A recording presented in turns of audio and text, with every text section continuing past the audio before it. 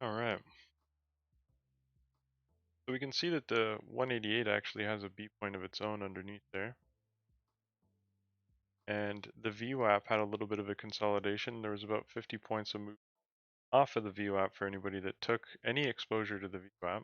But same sort of move happening again, except inside of a smaller range. And I can see that the smaller range, yet again, is putting volume where it finds comfortable, and it seems to be at the green zone and to the red zone. A secondary low, of course, was formed, but an even one.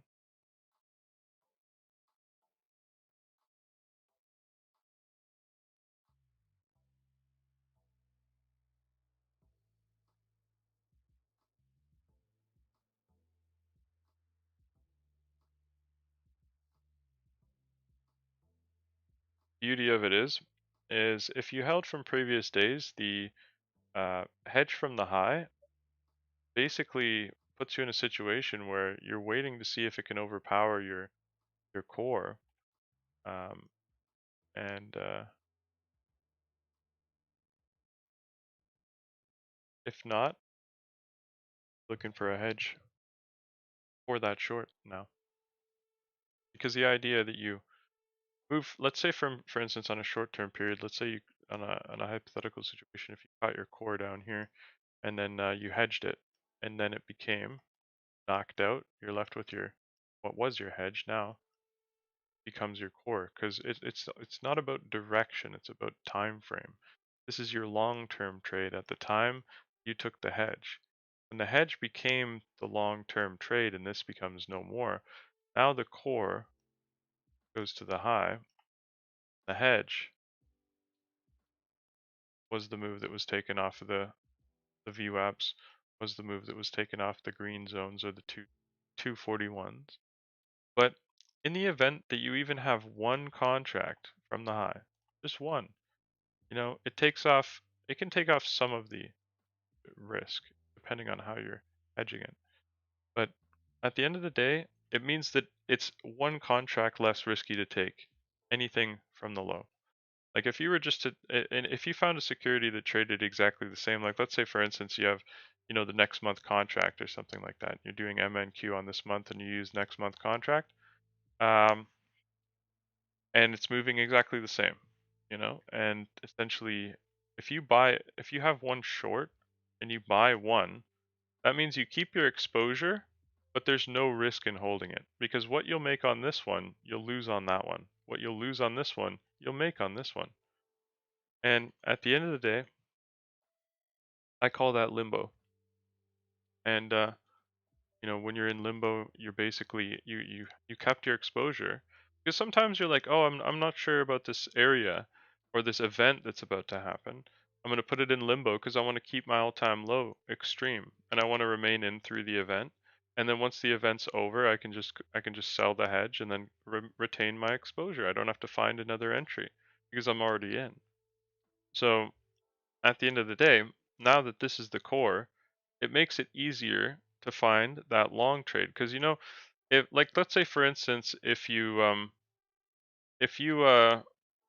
wanted to, what you could do is if you only had one as your core short, and you have the option to buy two, essentially that two is half as risky to buy as it would be if you didn't have this one. Because at the end of the day, if you lose on this too, you could sell all of it if you wanted to. And it's like you're only losing on one. Because what you've made on this one will cancel out one of these two.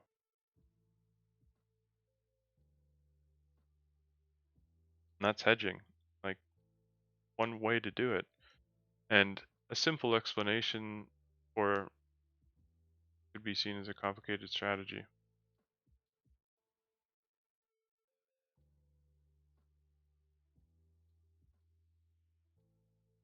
But as I said, I explain it differently every single day. I like to make sure that I change up the explanation because it might click in a different way. I don't expect it to be something that you learn overnight as well. But understanding that you can use an existing position as leverage to be able to get position against it of heavier size because you're compensating for the fact that you're short by more long. Like let's say for instance, in a hypothetical situation, you had 7 short, right? And you know that that's pretty heavy and you want to keep it for the long term. Well, every time that you go long with 10, it's like you're using 3 really. Because at the end of the day, if you go up, you're only going to be making money on like you have 3 because you got 7 of those short. Any minute that goes up, you're losing on 7, but you're making on 10. So you're going to be making 3 or losing 3. But wait a second. What if all of a sudden you decided, "Hey, I initially took the risk of 7 or more, and maybe you took 10 originally and you've taken a few off along the way, hypothetically. But you have 7, okay? And at the end of the day, if your risk tolerance was a lot higher than 7 originally, you could say, hey, because I have 7, I'm going to compensate. Take my original position size and all of its buying power. So I'm going to take, even a little bit less than that. You could say 14. You would never take 14 usually because that's too much for your account. Maybe you started with 10 here, but because you have 7 short, now you can get 14. Now you want to know what's funny is the risk is not on that full 14 yet. You've basically you've bought 7 is what it's like. Now what's funny is if it goes up, up, up, up, up, up, up, and you drag your profit stop into profit on that 14 and sell that 7, guess who has 14 contracts from the low now? And how much risk did you take on to get it? Not much. Not as much as you had holding the 7 short. But now all of a sudden you've got 14 risk free. Now that it's went up a little bit and you've dragged your stop into profit, maybe you can take off a few contracts and pay yourself and continue to hold 10. At the end of the day, you can use that as incredible leverage to be able to develop a heavier position than you otherwise would if you didn't have the hedge. Now you can use that same science to protect yourself from getting your existing position size. Like let's say you're timid on the situation. You're like, "Oh, I want to develop a situation." You've got 7, right? And you want to see it go up, but you don't want to lose any money at all, right? And you're like, "Oh, okay.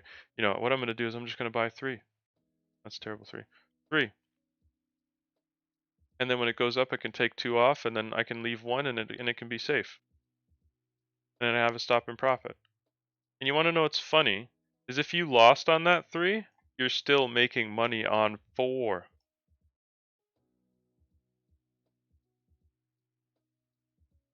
So let's say you lost money on that 3. You got 7 from the top. So that 7's going to overpower your 3. Why not take the 3 from down here? Now let's say you took 3 and you managed 2 off here. Boom, boom. And you managed 2 off here. Boom, boom. And you managed 2 off here. Boom, boom. Well, you want to know what's funny? Is you won't have to take 2 off now if you don't want to. You can try and let 2 run. Because you've already done a good job at locking in this much profit, locking in this much profit. The third one can go to shit every time if you wanted it to. At the end of the day, it this much profit, if it goes to 0, the last one, why does it matter? You've already paid yourself this much, which is like taking one contract nearly the entire ways of the move.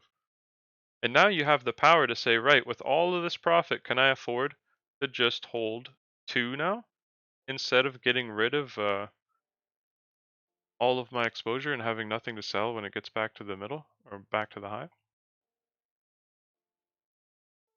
So it depends on how how you see it, but at the end of the day, maintaining that high, depending on however much you have, is key to being able to find a long trade. Because most people, what they'll do is they'll go long, and then they'll get out of their long trade, and then go short, and then get out of their their short trade, and then go long. Huh. I learned something today. I really appreciate when you break it down like that. Like I said, every bit I learn is just I'm just like, oh wow, that makes all the sense. Yeah, and you could just see how these tools are being used against the public every single day. And like imagine that original long trade is from like 1965, It's like if it went down to that area, the whole company would probably go under anyways. So you'd have other problems to deal with. Nobody would be buying your shares anyways.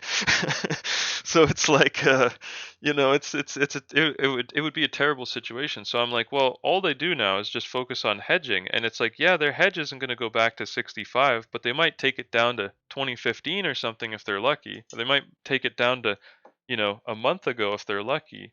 And if they repeat that process 4 or 5 times on top of that position from 1967, why would they ever sell it? Because they're making money against it so much, they don't have to worry about where it's going to go up ever. All they have to do is worry about where it's going to go down.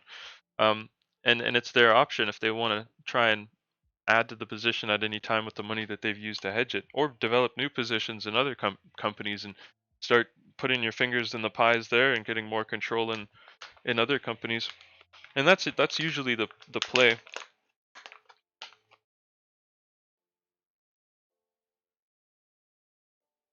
We can see it's moving towards the first target, and you can see the value in trying to keep a little bit more going if you've already taken a couple trades. And it's like individuals will think the exact opposite though. Like the more that they've tried, the least that they'll have. And I'm like, I see them having the very least at this point. And I'm like, the whole idea is developing so that we can get back to test the 188 200 from the underside.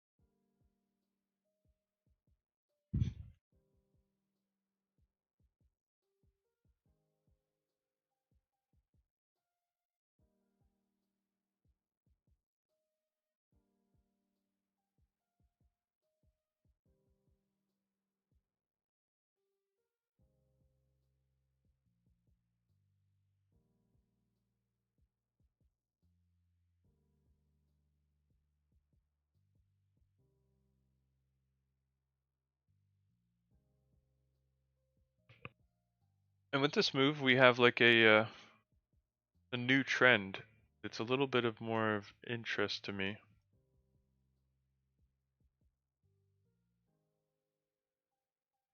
I can't help but notice that we popped out of the top of the range the distance that would be required to hit the 261.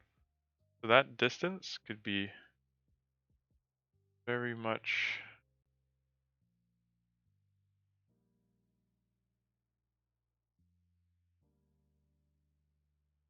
Hey, morning, folks. E. How's everybody doing? Good, good.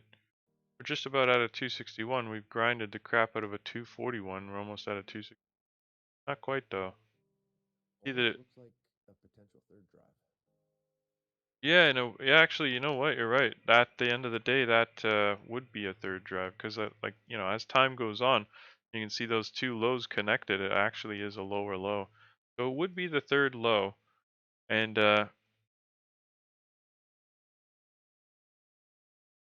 one thing I like we haven't seen a lot of lately, but it used to be the case that we reversed so many times off of this weird looking pattern where the right shoulder was in the middle of the left and the head. And I mean, there wasn't a Whole week last yeah, week. yeah, and I just can't help but notice that like it could do something like that in reverse as well. But this whole move here could be the left shoulder. Curious about that.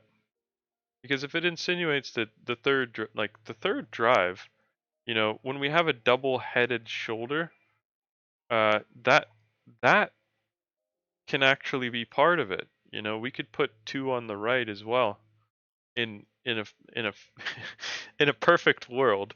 And I mean, we've seen that many times, and I'm like, well, okay. Not much of a head could form out of that bottom, but it was the third consecutive low very swiftly, and everything was bought back up to the green zone.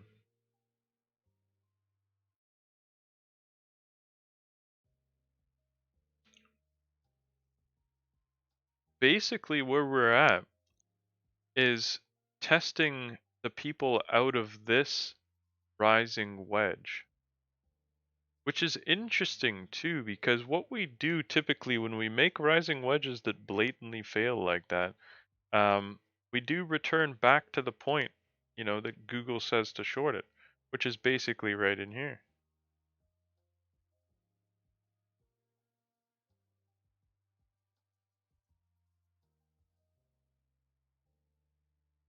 And it's basically like all of that blast was just taken back, and all that's left are the people that found value in the chop, or the people that found value in this major reversal at the very low and kept it and endured that 61 to begin with, and then endured what should have been another 61, but it didn't even have to.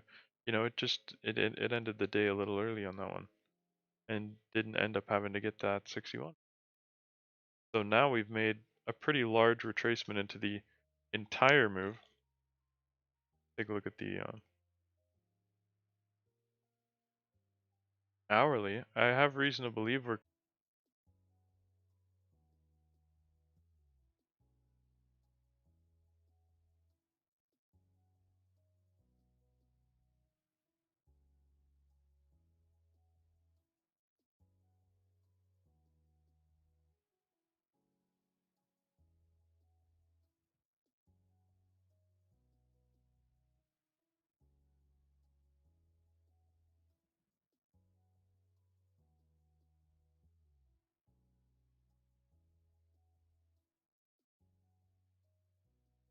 we can see we're on this gold bar, the 227. The 261 is actually in line with an old 61 variant from a long time ago.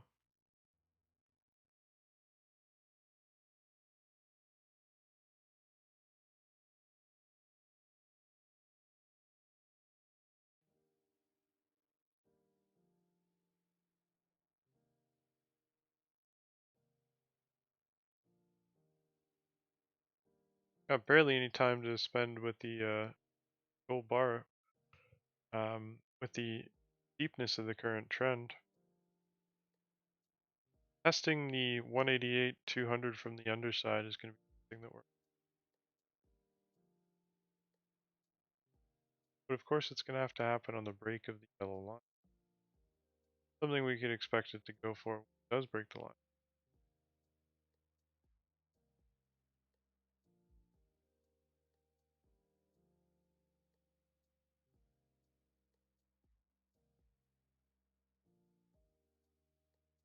Distance that it managed to make outside of the red zone is incredibly similar to the distance outside of the green. Can't help it.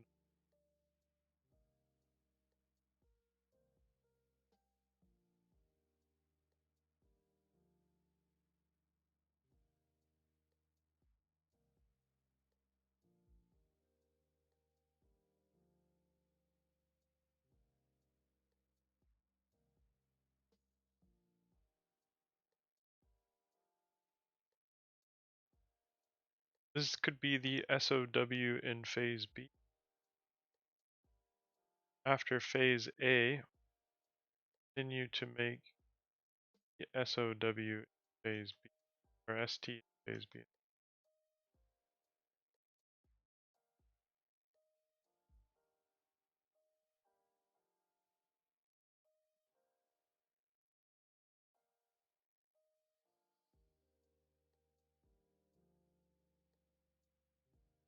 You can see it came to test the 18800 from the underside.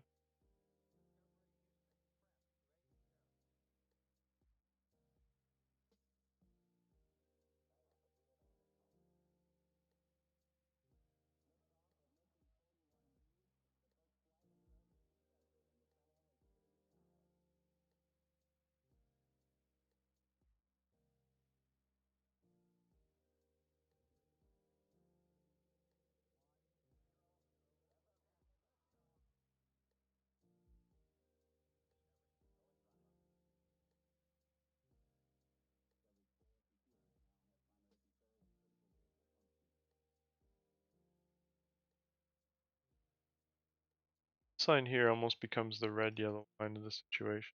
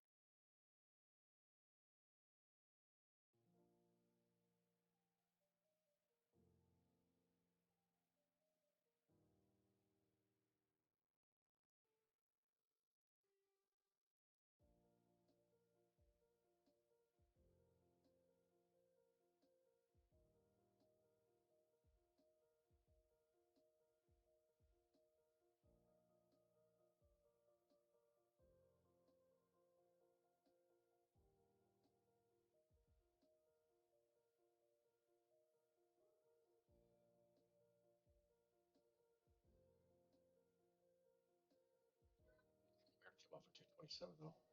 Yeah, I think the gold bar might have had something to do with that one. Well, in fact, I mean, I took it too because the end of the volume though too, eh? Yeah, like it basically it The was gold out. bar.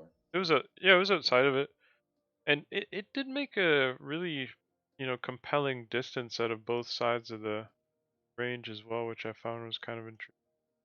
Something that's led to you know there's been a lot of back and forth and a lot of equality amongst the back and forth, and when there is that equality, we can see that it tries to make an effort to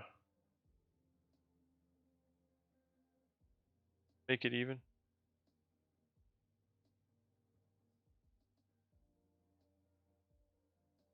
The strange thing about this is like I think that it has a very similar use for this medium bar that it did before. It's kind of strange. Like there's something here.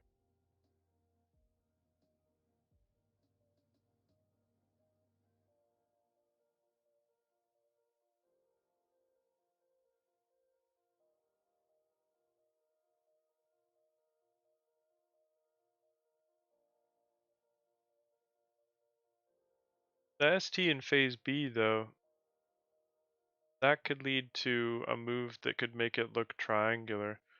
In the event that we return back up into this node, uh, well, triangulation would be the next, if it managed to do that, that would be like a good phase B. It could take some time first to reverse. Like we can see that all the major reversals in the area seem to have taken a little bit of a chop before actually making reversals. And out of that chop, I can see that distinctly there is like a matter of spikes outside of the chops, and have that you know across the board. So I'm like, maybe not the same time, but I like the distance. Like look at our distance. I'm being lenient with it, but it's pretty uh, similar in size. What it's similar to as well as this.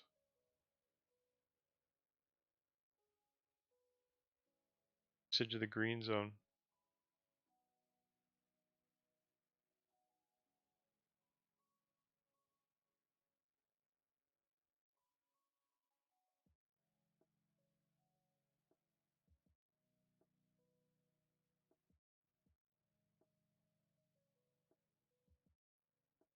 intriguing that if I consider just this volume, there's such a big difference between adding this one in there. We can see that the POC is literally um, lower.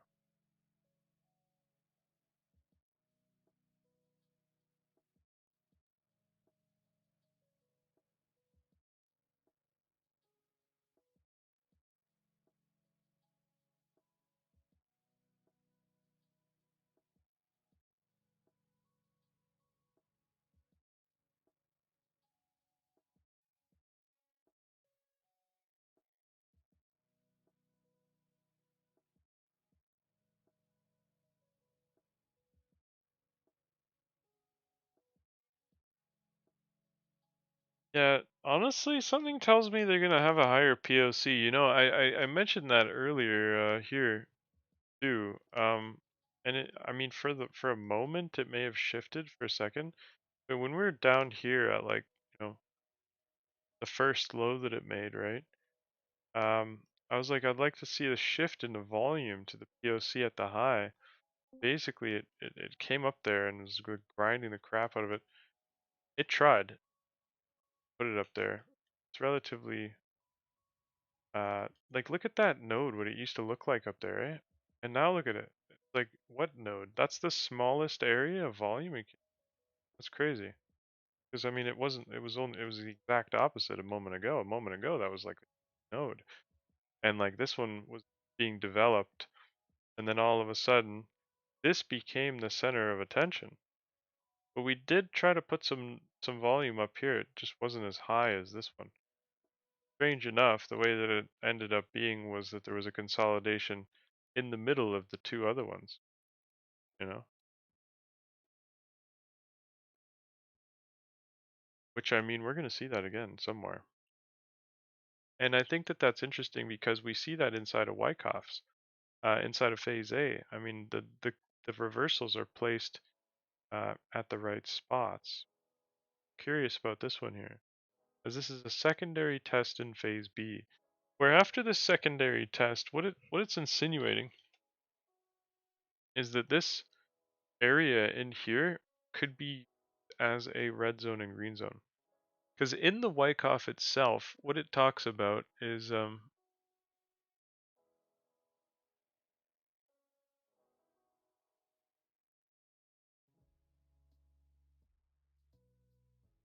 right. It talks about the phase A, right? That's the formation of the first few steps that are crucial to creating the boundaries of this consolidation. And like I said when we were forming it, sometimes it's the only phase that it likes to make, but in this case, we can see that we've gone to make another part. This other part, it's notorious for being a lower low than every other point, no matter which one that you're going for. That's why I say, it's good to make sure that you're keeping short. At the end of the day, this one makes an even lower low than the one that we're on right now before reversing. So what this is saying is really we could be on the wave 2 of 3 potentially.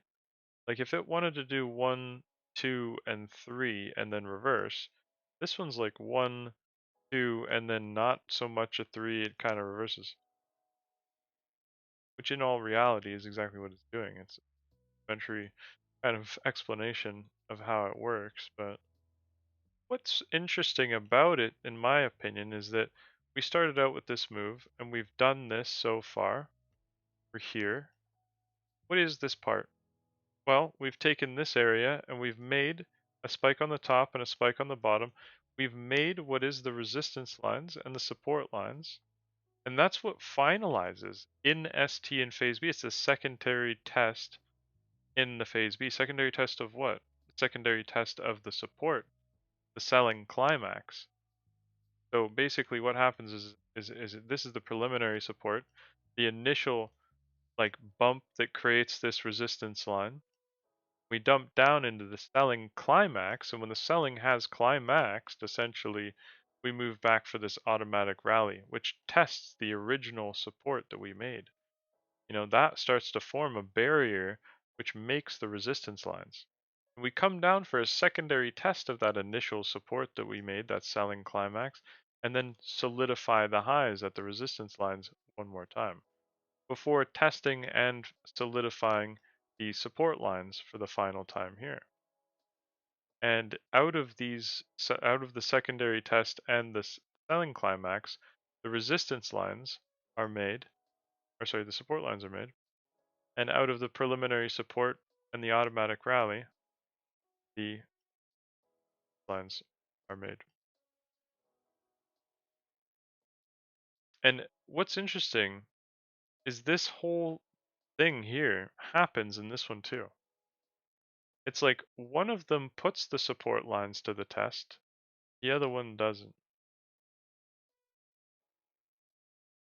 But when it's already made the effort to go through so much of the pattern, could it be the case that it's trying to go and do some more of it? Well, in the pattern, whichever one you want to look at, this phase is the same regardless. And what it basically it even shows in this kind of movement that it's really like a strong, powerful trend, could be a 5-wave move and such. This one, 5-wave move, not so much, I would say, but it's got an extra wave. One thing that's true about it that this one also has is this line, a downtrend. And this one also has that downtrend.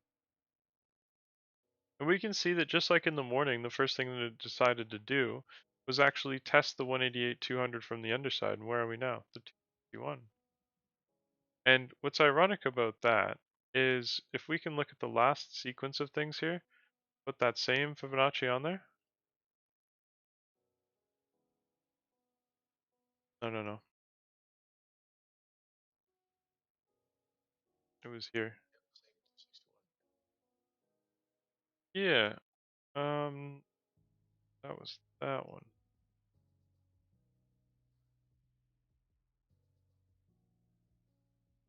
Yeah, yeah.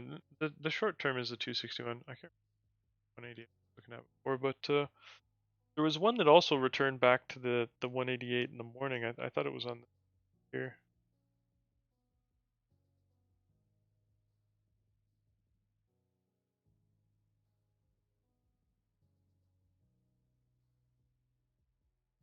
And I mean, how much have we put in and around this 188-200? I can just make it kind of like a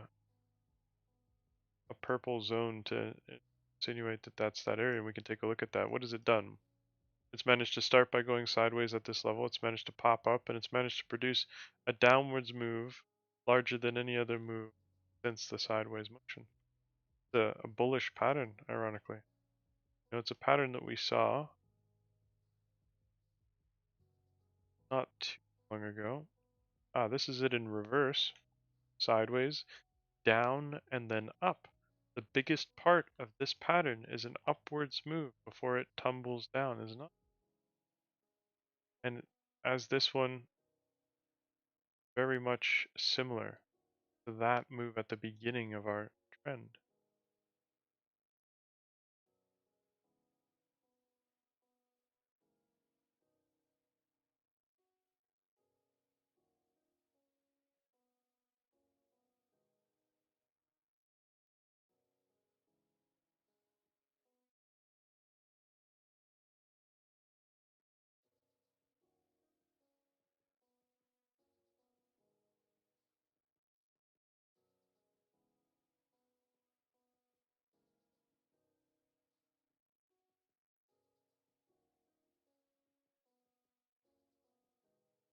You know, these levels here, I don't really think they were actually hit properly, especially as the highs mark them up.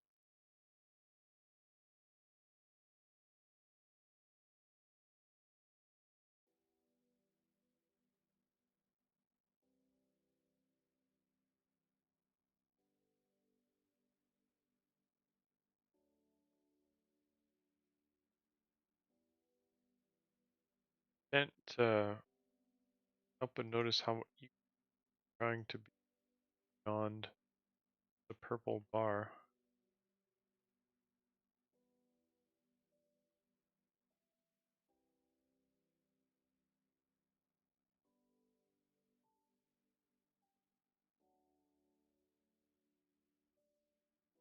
I think opponent here might be actually used again. Curious about that. I can't help but notice that it would be a distance back to the 188.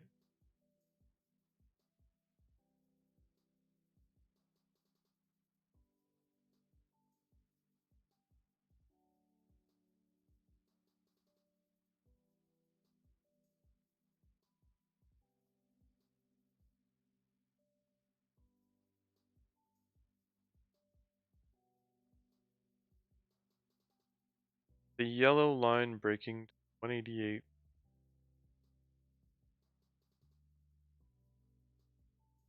Move that it began with, move that it, oh, it kind of made that move there already, actually. Very interesting.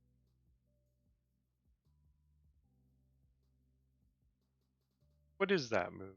Well, is that move not apparent every time that it breaks the trend? That it breaks the trend?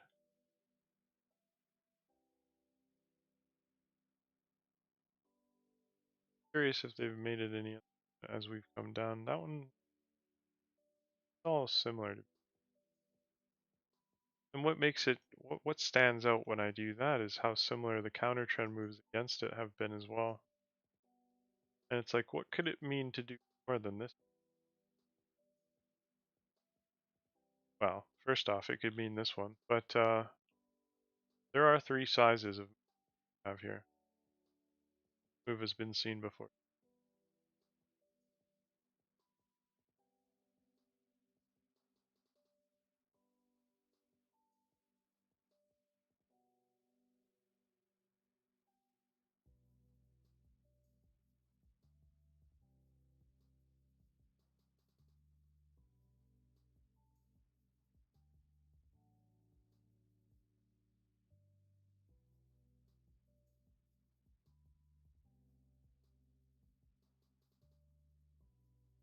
Smaller ones happen the most frequent. The second are these ones. We see them, pretty frequently, but not as frequently as the smaller ones.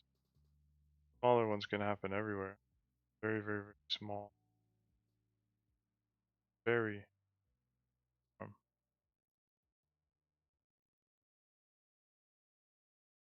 different. I'm curious about it.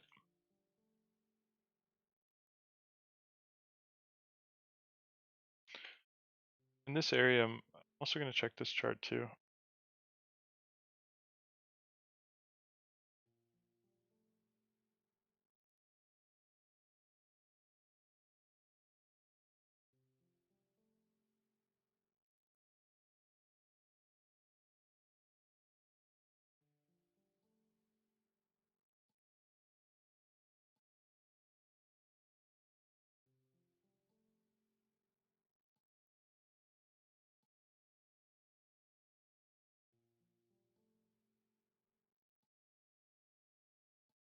That's a Dow Jones. Looks like it's at a 188,200. Ironically, from a level that's a lot farther away on our spectrum, it looks like it's getting to it on Dow.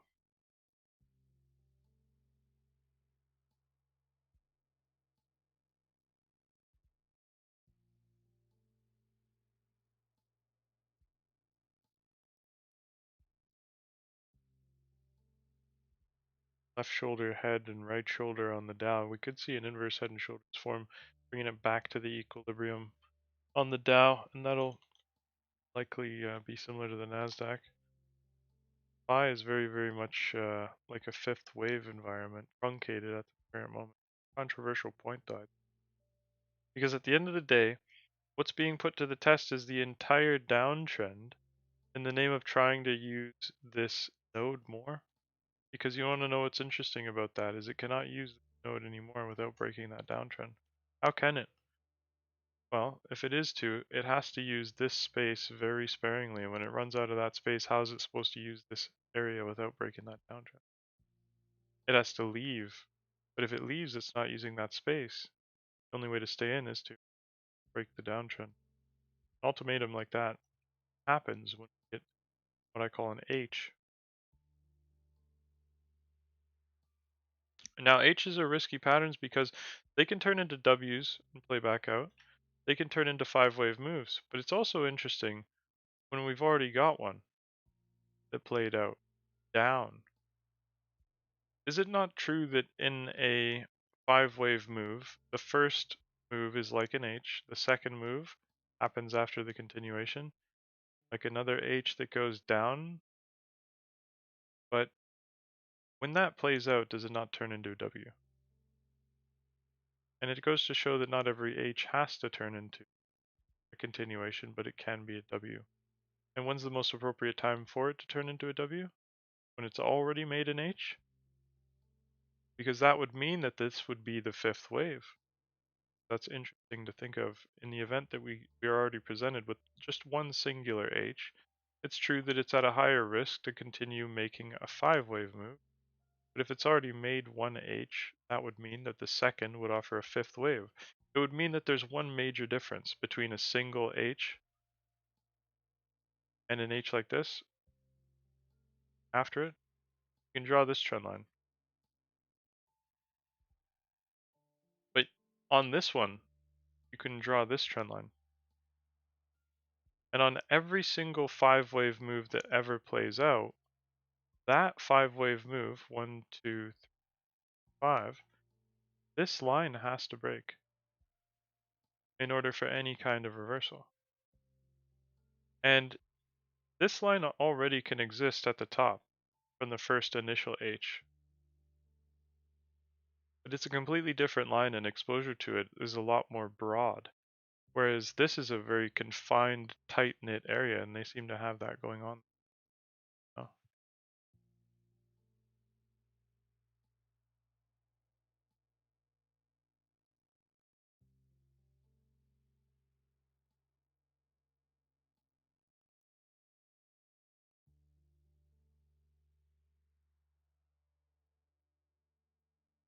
This is why I say not to give up the short from the beginning of the day. Makes it significantly easier to find the next long trade, and any benefit for the continuation to the downside is going to be captured on that short.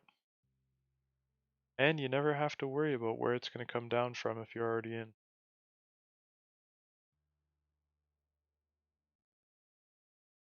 And there's going to be more in the long trade than there will be down in the short trade, I think. So using it as leverage yet again to find exposure to the next new trend line, which basically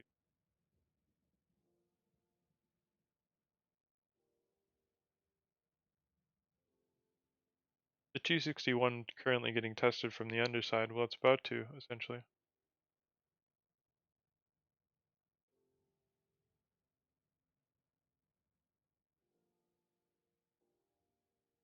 New B points have been formed at the 261 as well. We have these ones here. They haven't really been tested. It is pretty much in conjunction with the 188 200 also.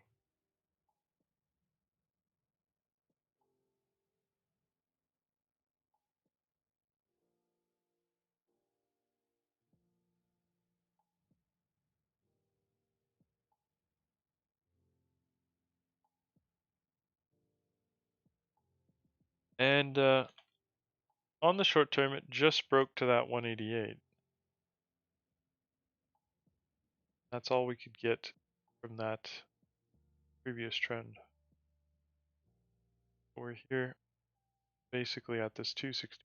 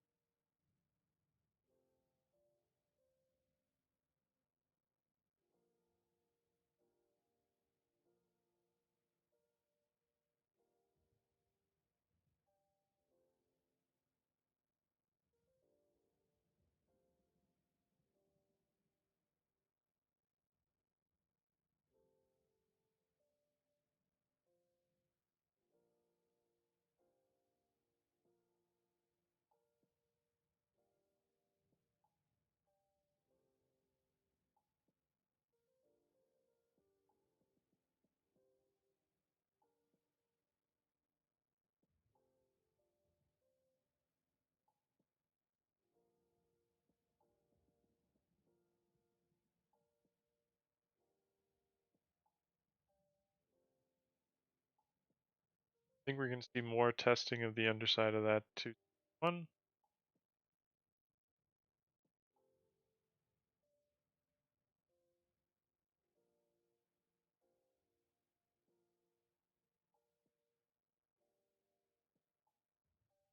So it puts this area as a wicks and spikes area, basically.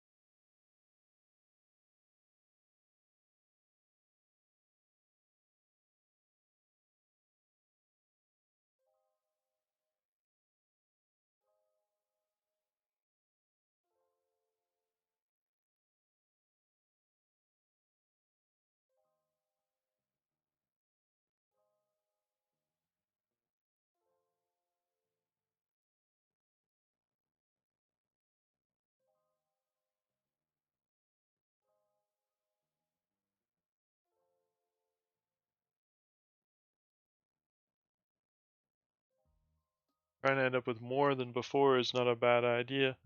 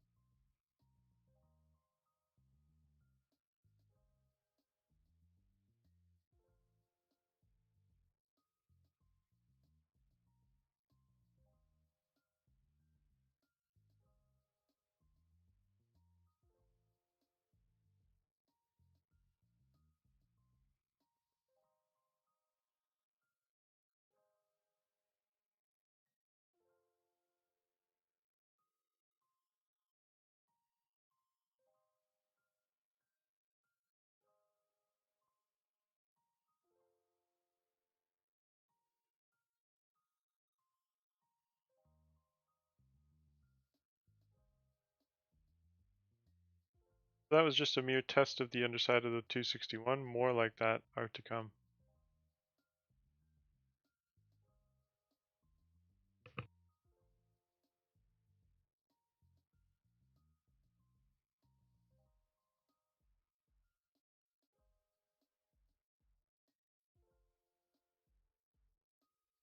Ironically, we can't get any more like that until we break the yellow line, and the yellow line will have to break to return back to that 261 if we are to again. It becomes all about that break.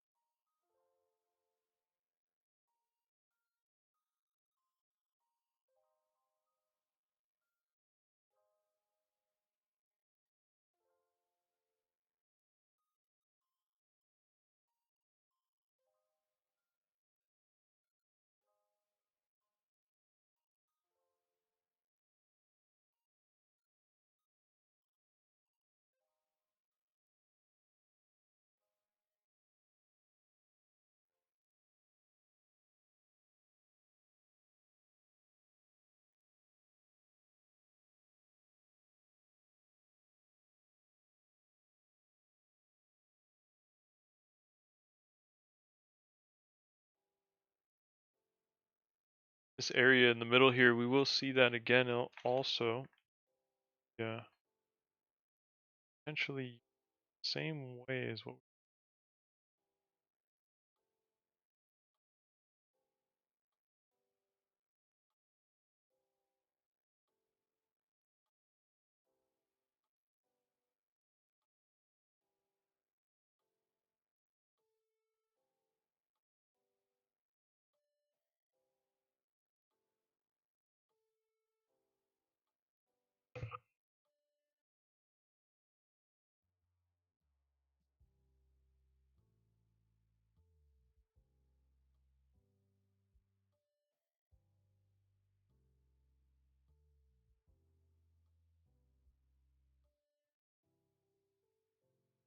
Well, I should have clicked them all and dragged them all. So I'm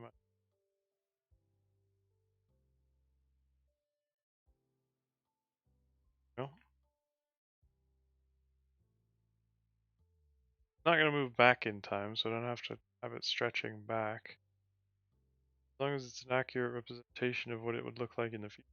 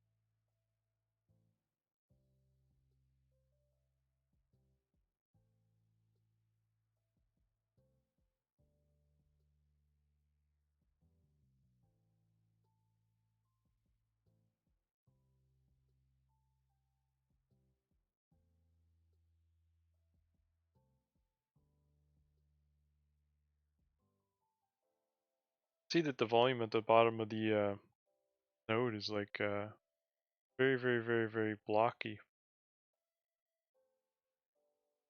and inconsistent with the node of the.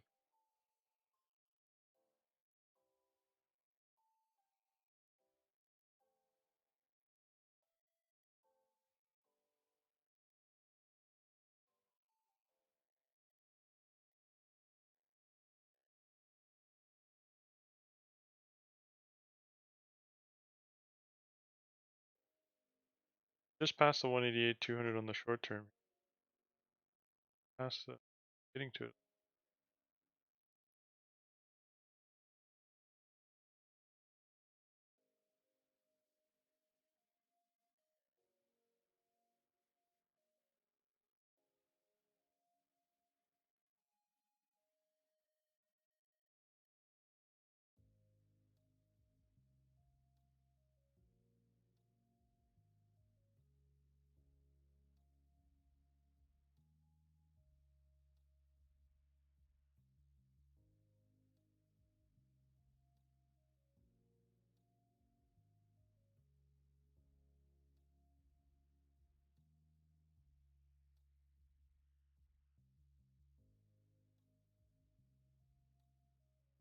Many cases, the small short-term ones are really effective, as people don't think that it will be a major reversal off of a small short-term move. Doesn't mean that it's not likely to see a secondary low after its play out, but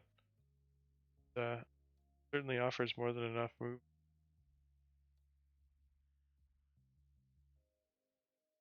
In this case, off of its initial response. Typically, it would be off of its second or third response.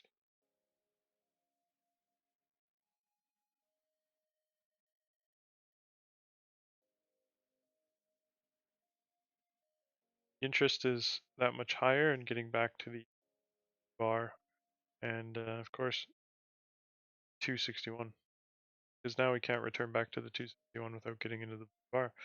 That is the case.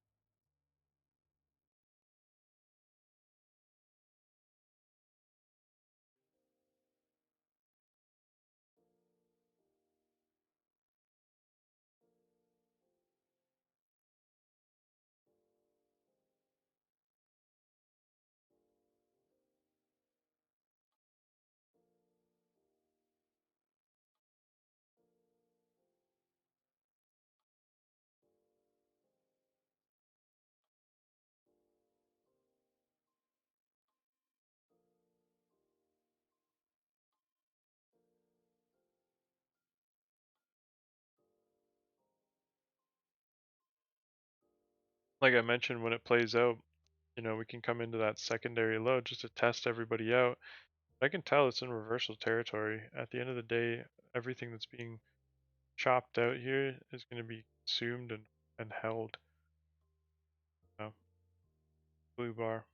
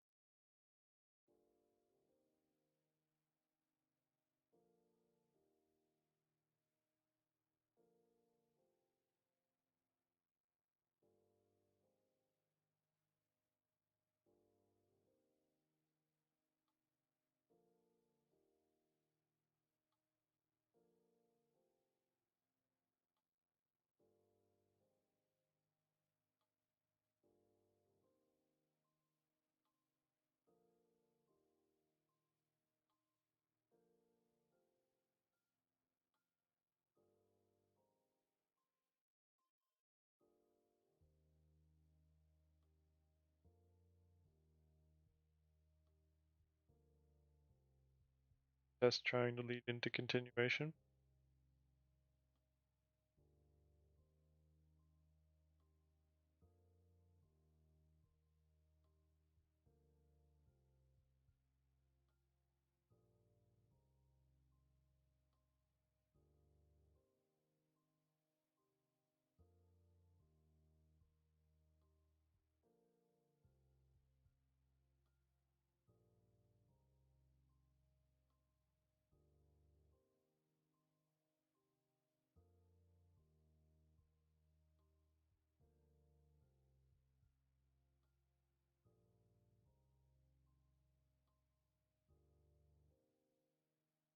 Beautiful.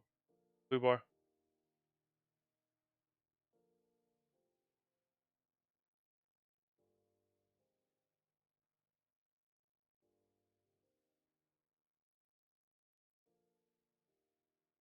It's like if you accumulated, you know, you want to make sure you get rid of your bad shares depending on how you're managing to hedge against your.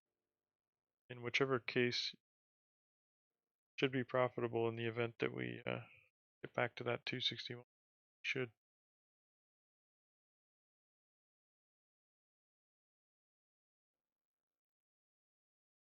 Threatens to make a right shoulder. Inverse.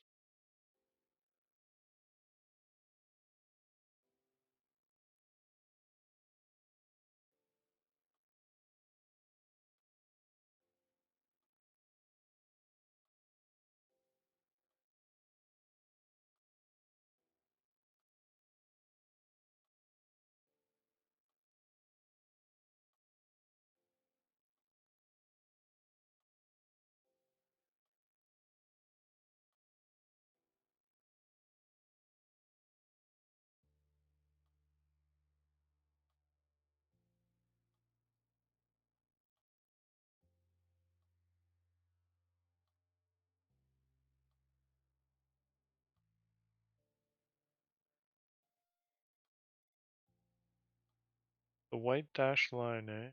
Everything bought back up to it over the seam.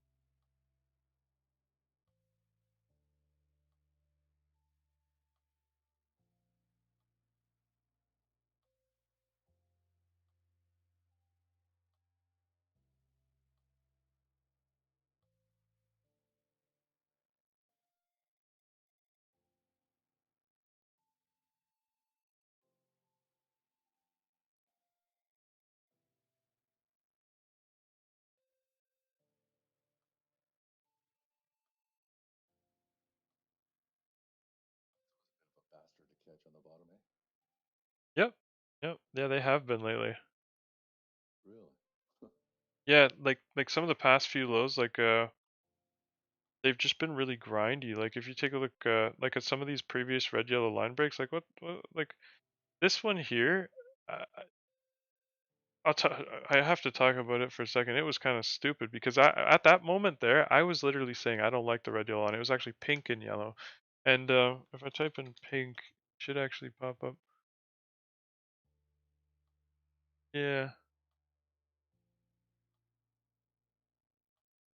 I was like at this time there, I was like something is strange about the pink and yellow. Exposure to it may be put to the test before its true break, which is fine for anyone that accumulated off of previous days' lows. If you hedge from the highs, it's reduced the risk in holding those long trades as long-term trades. And basically, like literally a minute after that, it started like treating people very, very, very toughly. And what's weird about that, it was a 188 200. The target was this B point. And what's really weird is I mentioned it was just a test of people before getting to the target. And those that didn't pass the test lost the position to those that found it valuable and persisted with the trade. Holding from yesterday's lows was easier, hedging from the highs was more profitable. And that was the play in the morning is, oh, don't be surprised if the red zone leads to the green zone. And when it got there, it's like, hey, don't give up the entire short because if you're long from previous days, you don't want to give that up. And at the end of the day, this day here, it was very, very tough about fighting it. It took a long time with many new lows and new lows and new lows and new lows. And it had that same kind of, sideways up then down reversal out of it up by the end of it, which we did see somewhat of today. And before that too, it was like this was the falling wedge, and I'm like, well, like it would make lows into new lows, and then it was trying to play out, and it nearly played out the entire pattern again down, and then had the audacity to kind of like reverse on a falling wedge still.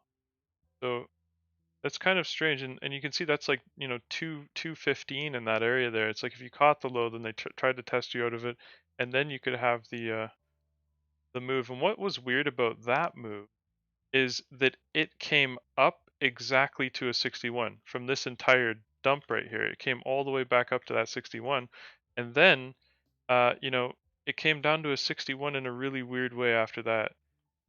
Literally back to the 61 here. This is the 61 of this entire upwards move. And yeah, that was it just makes it tough. And it's like, okay, the people that caught this low, it's like, you know, they have a good move and exposure to a good move, but then it's like smash, smash, smash, smash, smash, and it's like, do you still have it? And then they try to do it again where it's like you have something good and then they try and smash you out of it. And then if that doesn't work, then they try again. And look at how far back it came. It's like unless you kept it all the way at the bottom there and you got that exposure, they came nearly all the way back and even when they came back, it was still very unforgiving. It's like if you did manage to catch the very many lows that there were, it's like the first thing that it did out of the bottom of that falling wedge is like smash up. It's like you got it, and then it's like we're gonna take it all back first, and it's like you still want it, and it's like okay, there you go. And I'm like that's difficult. I mean, like, and then you've got it, and it's like oh, you better not have dragged your stop up at all because this move would have taken you out. I'm like, then it offered so much after, and it's like geez, so much trouble just to go and take it all back anyways after. But look at like how much they left them. If you found this spot valuable and you fought for this spot, they let you keep it here. They didn't come down for it because that spot's lower than the green bar, and you can see that that spot, it came down to the green bar, and I had the audacity to throw the same triangle in there again, and still comes really far back on them, and all of that ultimately just came back again. So it's like it's really intriguing to see how much they've pounded everyone out of the reversal, and it reminds me of the daily lows because I didn't stop at the daily lows like I mentioned in that big paragraph that I read. I'm like, this is the same kind of thing. I'm like, that red yellow line at the very very top is far away. That means that if it ever is to break, the exposure to it could be worth something. And of course it's treating everyone like this because doing this kind of movement, it's very very tough to kind of survive it, and we see it before every single good thing almost nowadays. So I mean, the toughness of it is it's not only the fact that it continuously makes new lows in one direction, but it ends by grinding and taking everybody's time as well. And it's just it's a it's interesting because the way that I suggested to trade the moves is to keep your position from the low and expect it to make that 78% retracement and take it down. And when it starts doing this crap, it doesn't matter if you take off your hedge here or if you take off your hedge here. But if you've sold this position and try to buy it back here, oh God help you. You know what I mean? Because you don't have to. First off, you're buying back a position from a higher point than you already have it because you've sold it off in the 78% retracement. Instead of just taking the 78 and just being done with it, you don't have to worry about where it's going to go up from because you're already in from a lower low. And the big retracements just seem part of exactly what it takes to get the best price. So, taking those retracement downs means that you're hedging it. And I mean, like the market seems to move tailored for the people that keep those extremes that are so hard to catch because they can battle them. After all, because they have the hedge trade from the high, it makes it easier to get that exposure. And if it's really that valuable, it's worth persisting for, and it seems to be the case. Like we're breaking into the blue bar now, and what's funny is you might say, oh, the blue bar, it used to be higher than where it was, right? But I'm like, well, hold on. the whole idea of that trend being held down by the blue bar, without the blue bar, maybe it may not be able to act that way. It becomes a huge consideration. Is it not true that we bought everything back up to the 261 and then it went through it? Is the 261 not a support now? After all that, after all that difficulty for it just to become a support, how many people it has hurt trying to do this, and then just to throw it in their faces with, oh yeah, by the way, this actually was the level that it reversed off of, and all that trouble, don't mind that. I'm like, geez. It's like it could just hit the 261 in reverse, like in the 60s, but nobody was looking at the charts because the computers didn't exist or whatnot. So it was like, you know what I mean? It's like people weren't really looking at the same technicals if they were on the computers. They were looking at order flow, and it's really interesting to me to see it kind of tailored to against the average person strategy, which is kind of strange to me.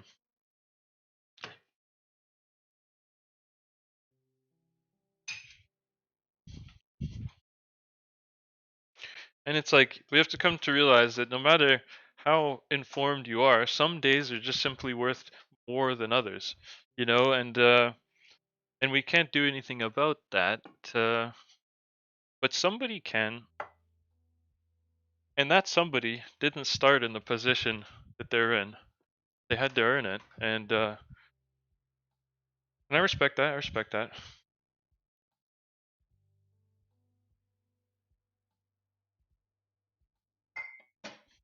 But it makes me chuckle when I think about the way that I learned from my grandfather about the philosophy of the market. It's like the market is the price of a stock is only worth what people are willing to pay for it, and so on. And like the idea that it's basically like everybody is a big pool of you know traders, and they're all battling against each other, and it matters what everybody thinks at any given time, and it used to. It's funny, it actually used to, but I don't think it does it anymore. And I think that there's so much information that make people emotional at the wrong times, and I'm like, fight, for the thing that's hard. I'm like, it's worth something. I'm like all the other things that were hard, and you know you fought through and got on top of in the long run. It's like those things.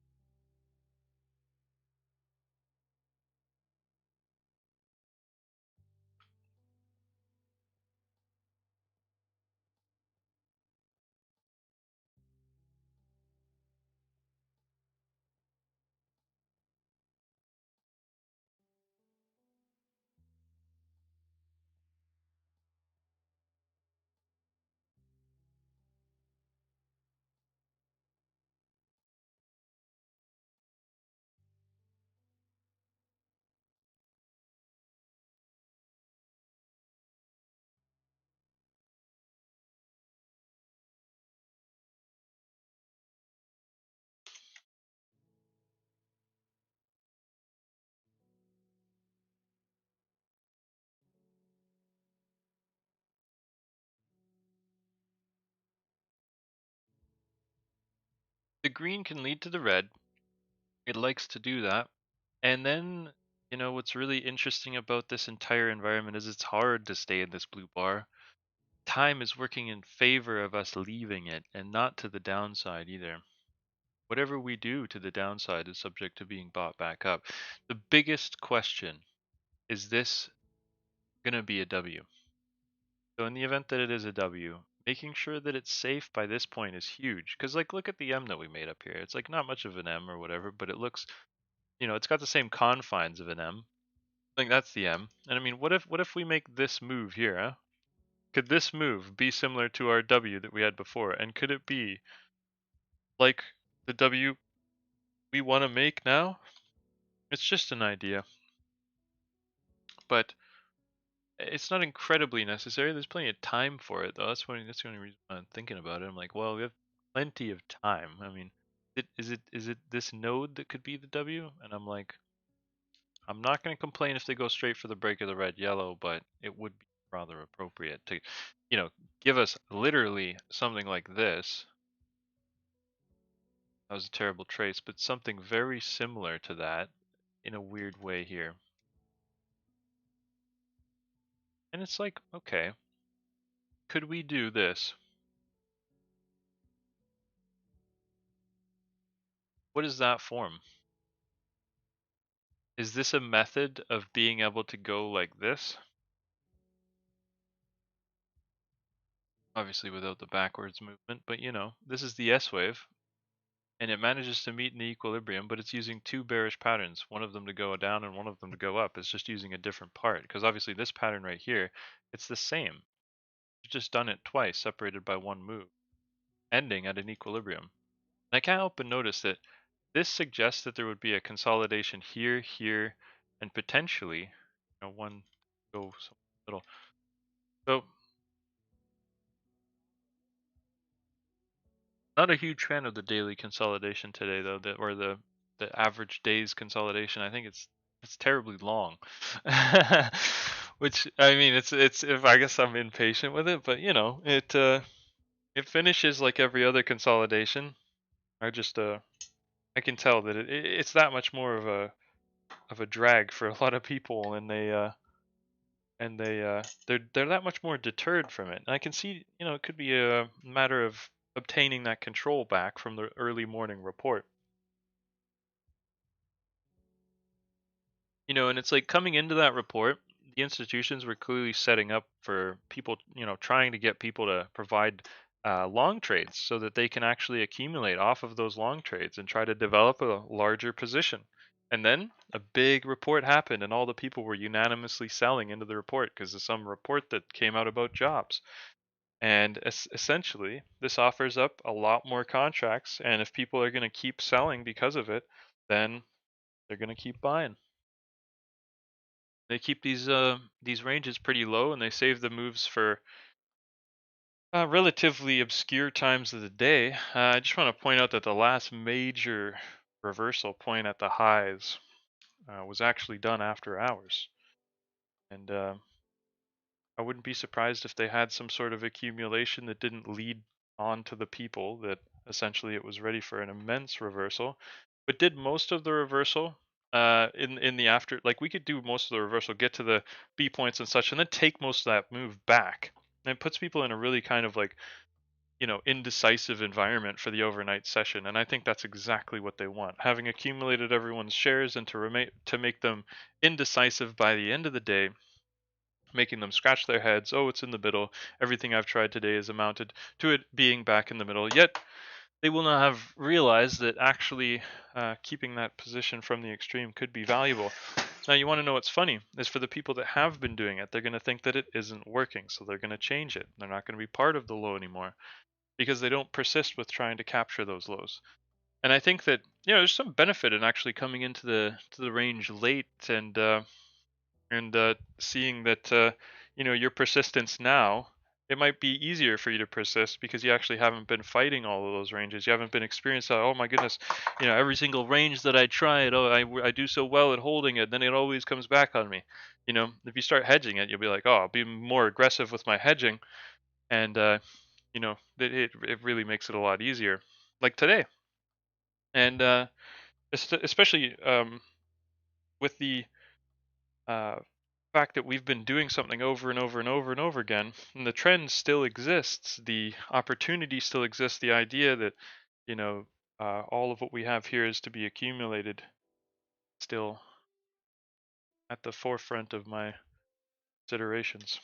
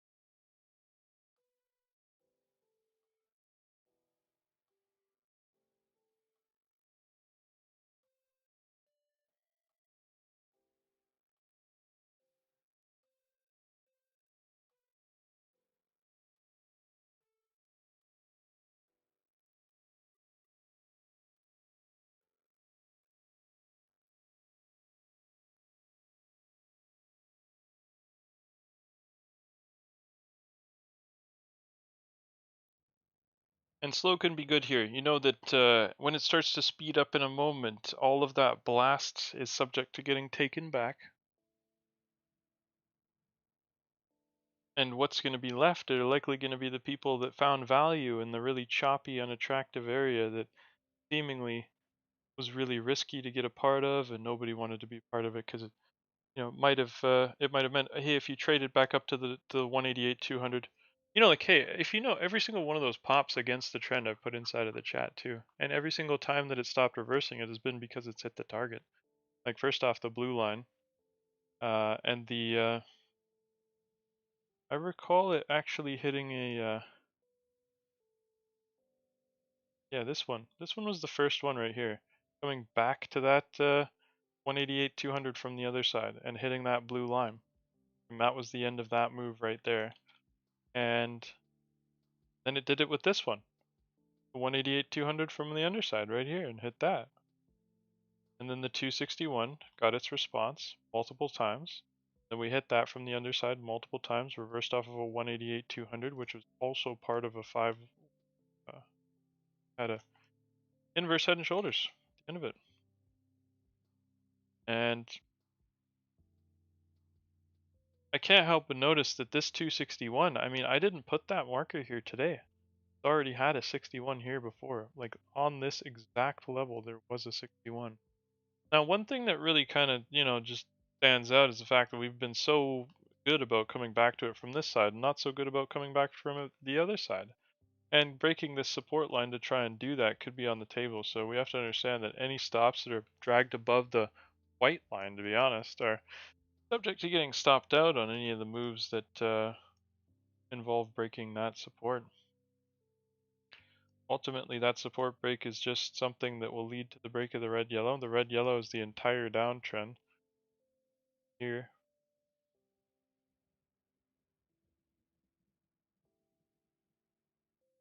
Another one from the very, very top up there. Another thing, I'm going to put a view app up there. I just want to, interesting. Already hit that. I think we'll hit that again though. That's just basically like getting to the top of the range. I'm going to put a trend line. Top. Broken it.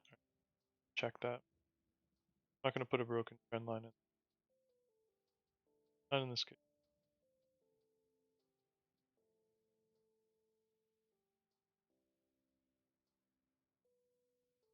I can't help but notice that the same blue line is coming into play yet again.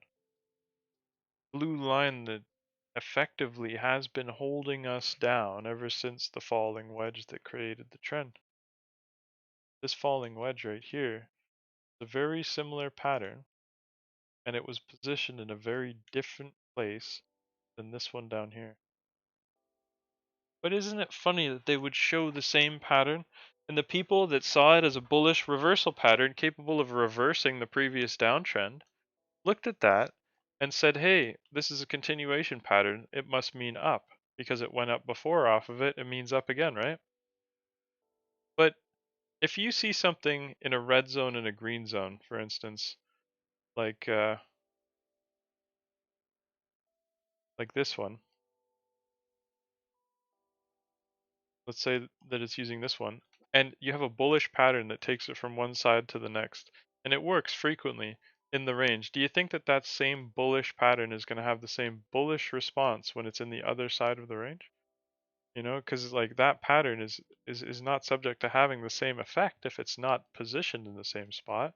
So putting a falling wedge in the bottom of a range that's good to go to the other side of the range, and then showing everyone that same pattern again, and then thinking it's supposed to go up, because their chart doesn't respect the range, it just looks blank usually. So it's very and if there are indicators, they're meant to be used on every environment.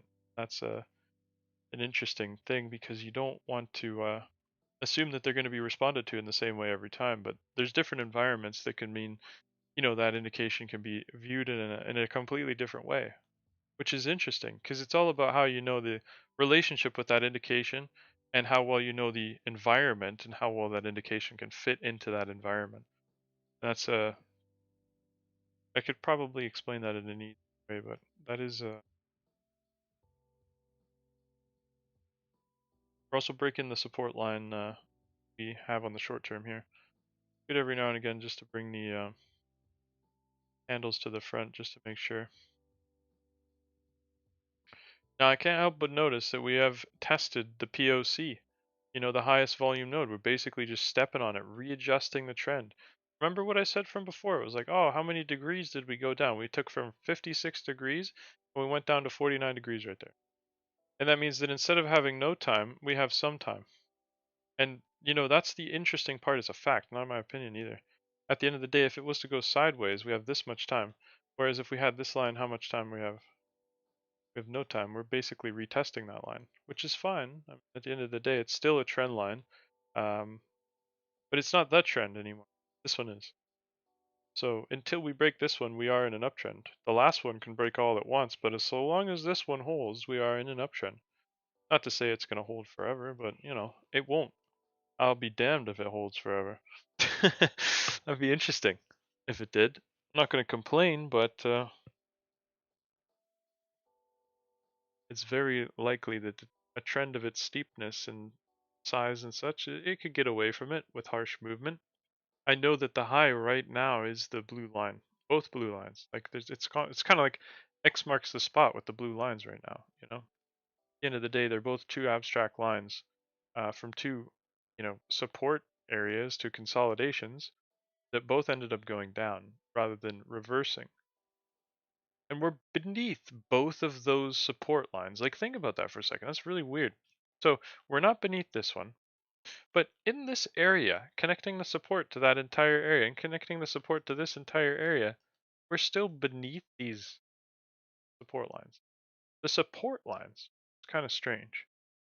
You know, Getting above the support lines of all of the consolidations in a trend that's already doing something on an angle, like this area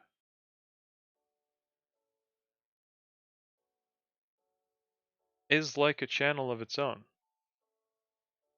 fact, it is exactly that.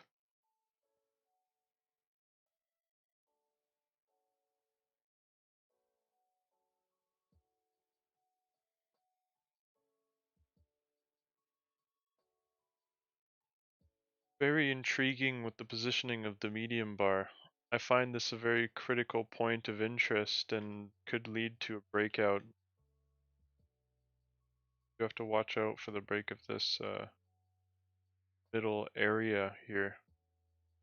And the relief of not having this, the relief of not having these blue lines as resistance, but rather what can we do with them as support? And doubling the entire range to the upside does come to mind. But does it want to do it easy? Probably. And if I expect it to be difficult and it ends up easy,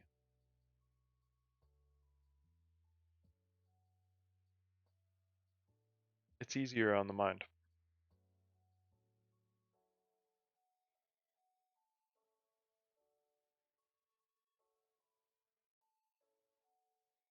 But if you expect it to be easy and then it is difficult, harder. In my experience, I mean, everybody's different. Hopefully, it's not difficult for you at all.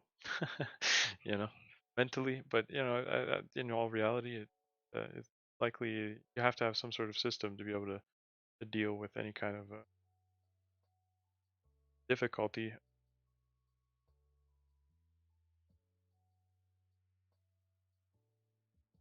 And I think familiarizing yourself with situations and understanding the process of what it is to, you know, do whatever strategy that it is you're implementing, the more that you understand it, the easier it's gonna be to implement.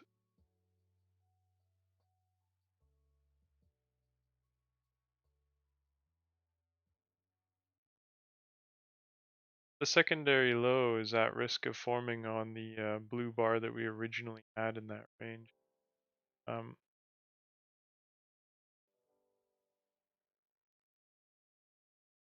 Basically, this area here, but it's a very wide area, and it does extend infinitely inside of it. And I can see that the change of the hour is coming up as well, so that is another thing that interests me. When we did break this last support line, you want to know what happened? This just changed. Came up to here. With the new fact of the matter is that that trend will have to break in order for us to get out of this downtrend. And I mean, it's a lot smaller of a window than the original one.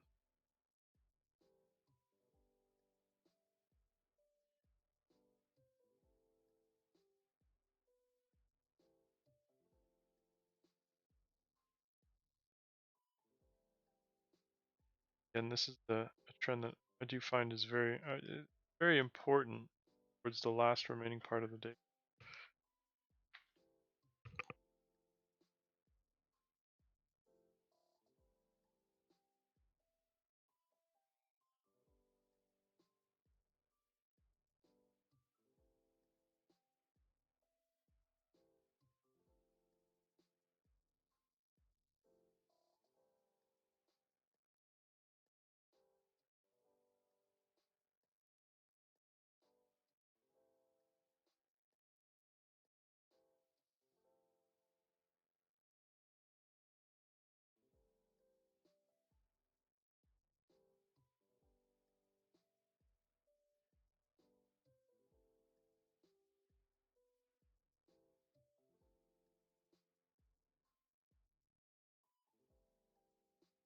The trouble that we had at the original medium bar, seen yet again.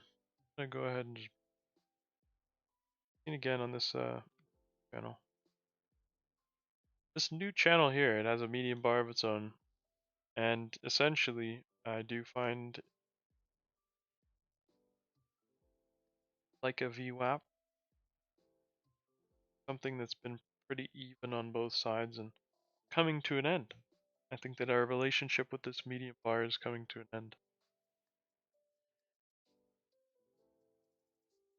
Could the end of the hour change it? Because the end of the hour can bring new volatility, and that volatility could be, you know, high enough to break the trends that we have surrounding this current area. Because I mean, it is kind of triangulating, in all reality here. This little area that we have is very triangular for the end of the day, and have that going on. But I do find a lot more value in the downtrend break than I do the uptrend break. Hence the coloring.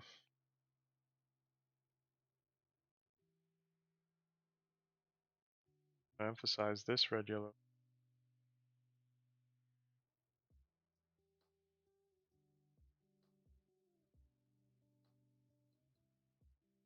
Of course, basically it puts you in a position where if you have exposure, you want to make sure it's safe. We're in the process of making what could be a secondary low. I mentioned the W. At the end of the day, it doesn't have to be as low. It could be even lower, but a secondary low nonetheless. Doesn't have to be even equal, but we are in the motion of this is the space that we have for a secondary low. Could it be, our typical 38% retracement, or are we going to have a 61% retracement or a 78, before we actually make that W? Because like before, capable of not only just one low, like this is how the W ended up working out to make that B point.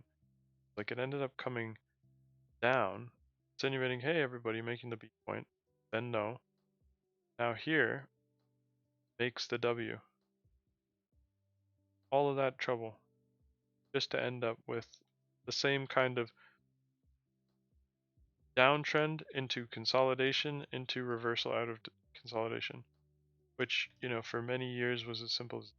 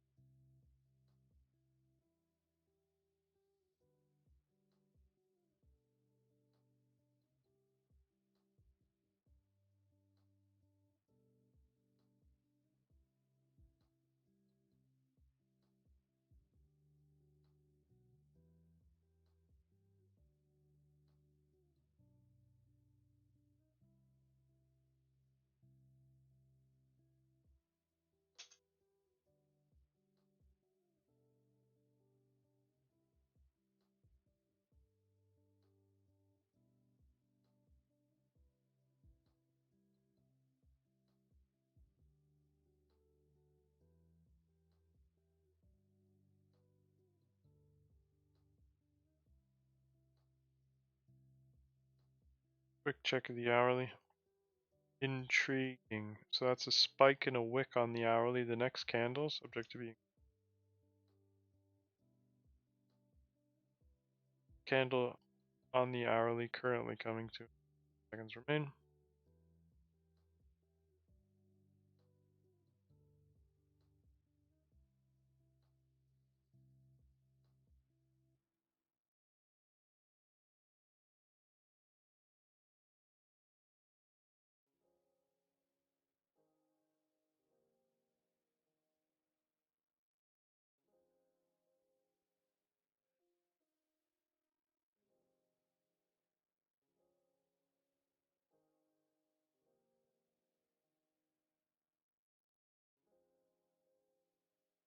Change of the hour.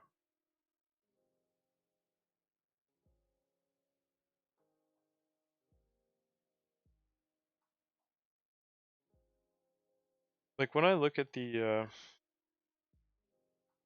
movements that it's done around this red zone, I can see there is a specific distance managed to seems to be used on either side of the spectrum and inside the spectrum.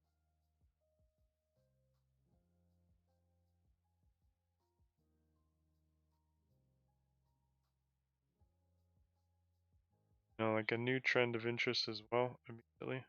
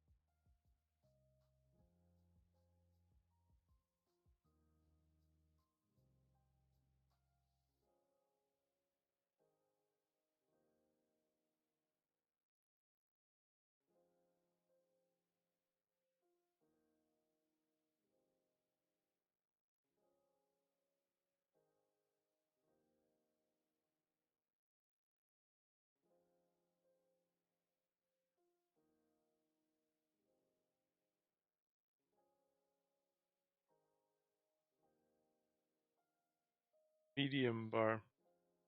Last channel. I find that very Off the 61, eh? interesting.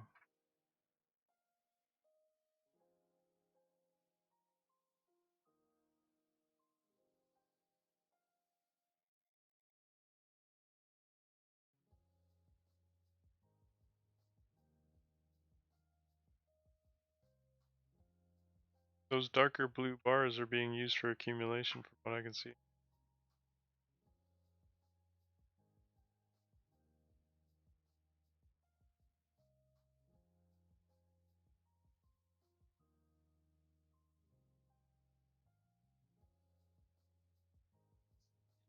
the 1 minute came down to such a 15-minute, wouldn't surprise me, but Take a look at that. coming off the 61, it's interesting. Yeah, it's like it kind of like bottomed out there for a while on that. Yep. At the very bottom is when the 1 minute touched the 15, or touched the green eye. Hmm. Yeah, there you go. See, Yeah. 61. Yeah, 38 earning. That was just weird. Yeah, that was Hadn't seen that in a strange. while. Oh, yeah, yeah.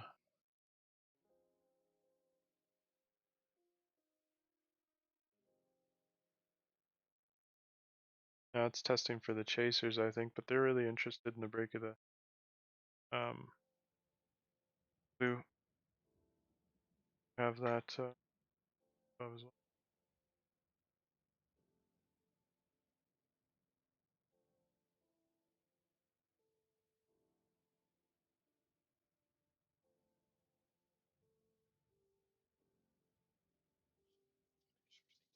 One minute on our side, there's no divergence there on the 1 minute either. You know, when it started going up there, just look at the peak at 1435, and it still kept going up. And same with the price, though. It never really came down. Yeah. Now it is. Now it is. But um, you know, where it almost reached the peak and Hmm. it's lower. So just interesting. It may just flubble around here for a while. Yeah. It's also been the case that everywhere that it starts the divergence from, if it makes that area like with a downwards movement, and then from that area we can see that that's the area that it's moved up. I find it ironic that everything from that spot was bought back up almost instantly. So it's like the area that it started the divergence, and had the divergence, is the area that was overlapped ultimately. But until they had that divergence, it wasn't interested in overlapping anything. And then when we look back at what it did overlap, it was just the area with the divergence. I'm like, okay, then that's interesting. So maybe it's just from where the divergence begins from that it's interested in retracing to on the short term initially. And then I'm also curious to see if, when we make a preliminary support and it starts that Wyckoff, at that moment where it has the opportunity to look at two lows, I wonder if the bullish divergence could have a say in this. Never really look at that. Next time that the Wyckoff is apparent, analyzing the momentum at the extremes of it could be a telltale sign of exactly interested in working or not. Because, like I say, phase A is really common. You can see it in a lot of places. But, maybe the momentum is off when it doesn't continue playing. Or maybe the momentum's too strong or something when it doesn't continue chopping.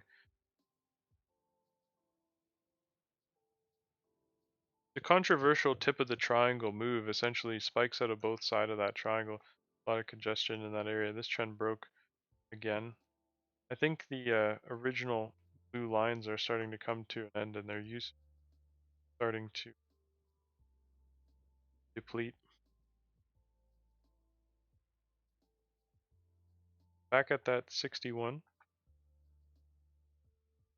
secondary test of it. It was intriguing how it was a singular test of the 61 and then it just burst.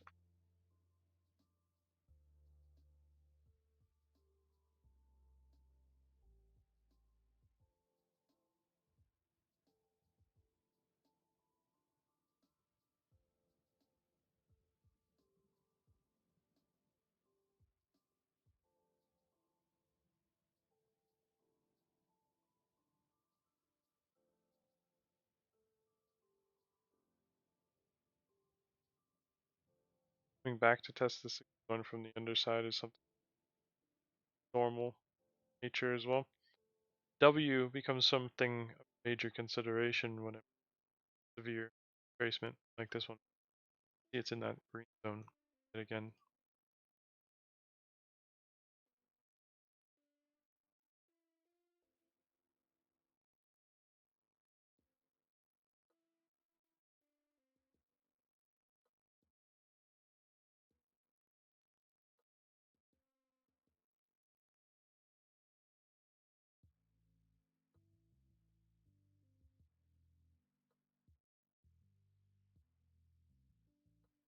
gotta watch out for a move to the blue bars again.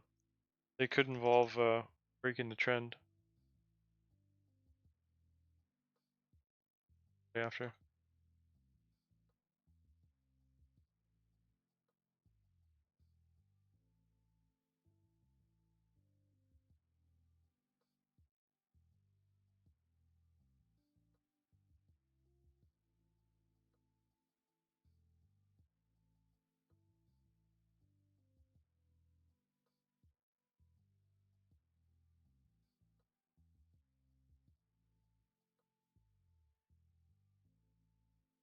That's the blue bar, the underside.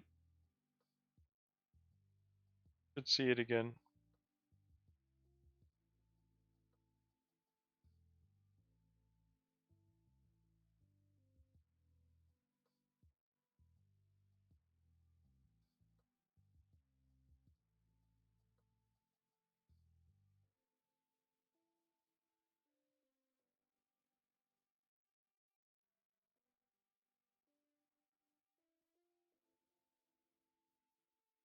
Like I mentioned, the break of the actual blue bars could involve a pretty strong breakout. Secondary low is not a terribly bad thing actually. It could mean the event of breaking the red yellow line could actually give us twice this distance, like any other W. Make a W. The most typical in this environment is to take this area and actually double it. Value of doing that relatively high, and the question becomes maybe more than double as well.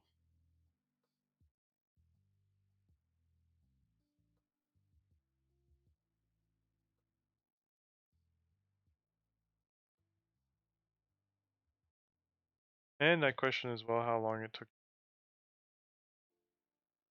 If we're interested in making the two peaks that separate the B point relatively similar size, but ending the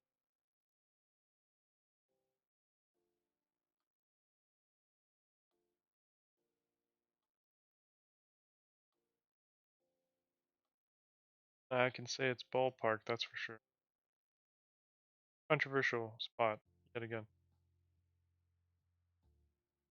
If you think about the risk reward of the situation, the risk of it making a secondary low and how much has to be taken in order to get exposure to that, how much risk has to be taken is minimal in terms of the reward of actually getting exposure to a W that breaks all the trends.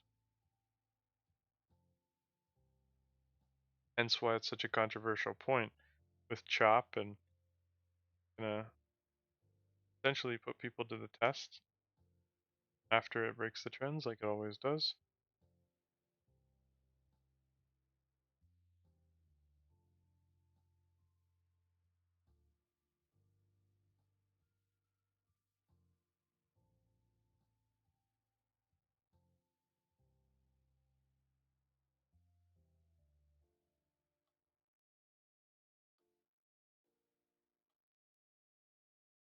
Testing the waters again.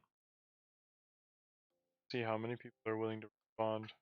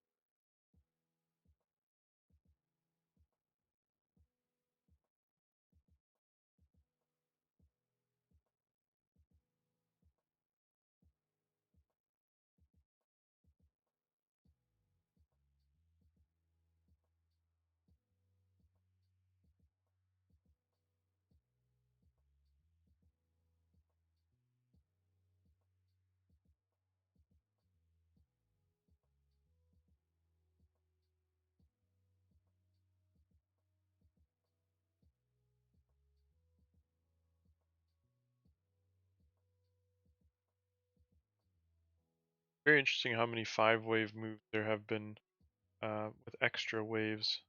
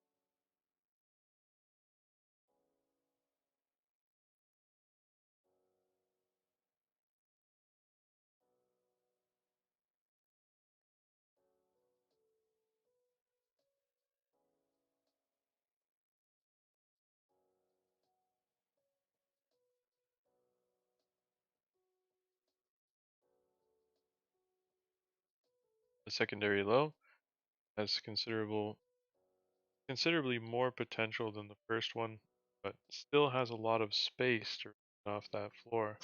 Could be patterns can,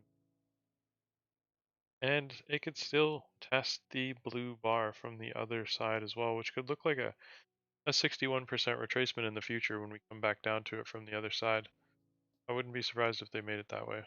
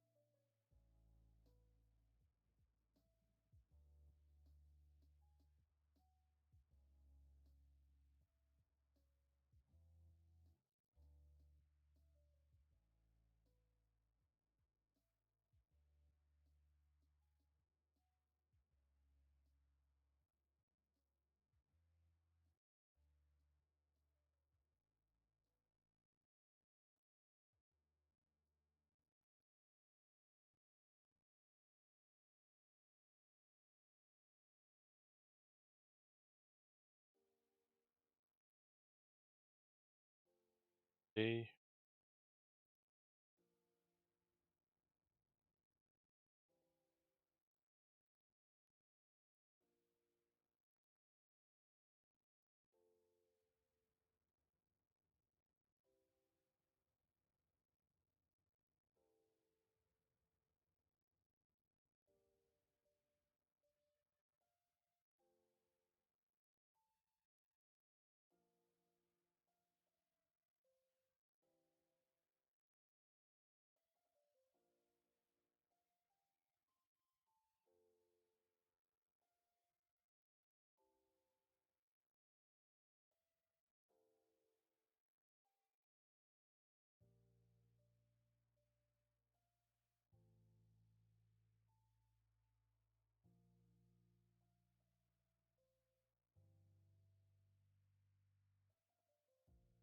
Be watching for a little bit of a 61% pullback. Like it made it there, ironically. A 50.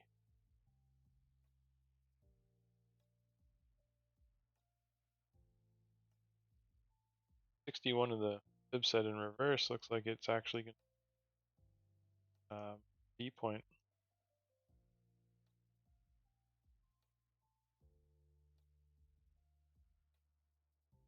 close to that POC up there.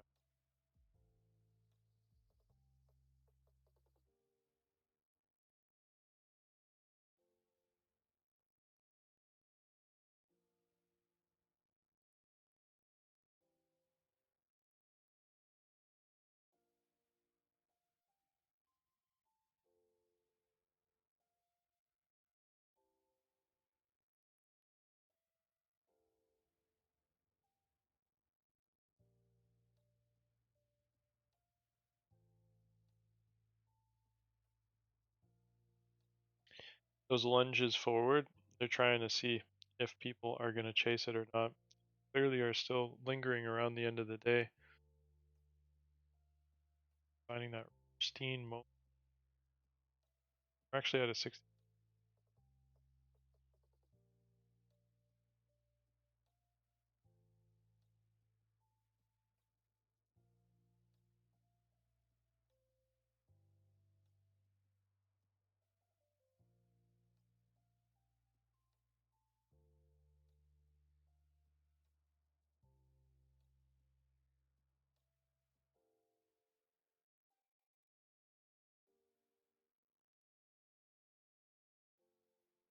90%. Ironically, is inside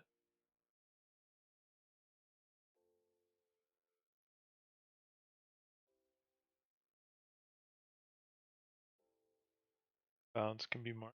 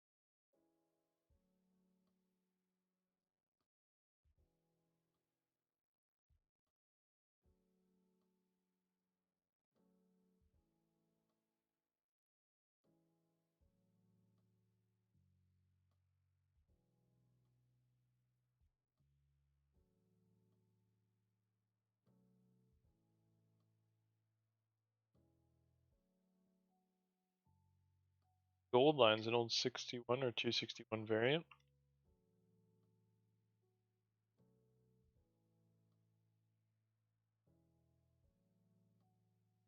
Can't help but notice the same distance out of both sides of the ring. Again, we've got that same kind of distance.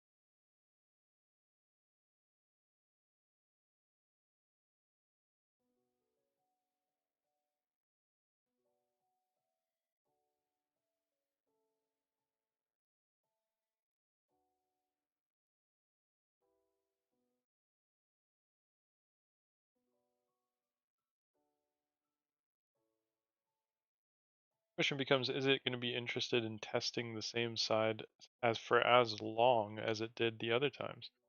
Because we've done this already, testing. It's accumulating. All ends up back at the blue, and the grand finale is going to be the blue one, the big one.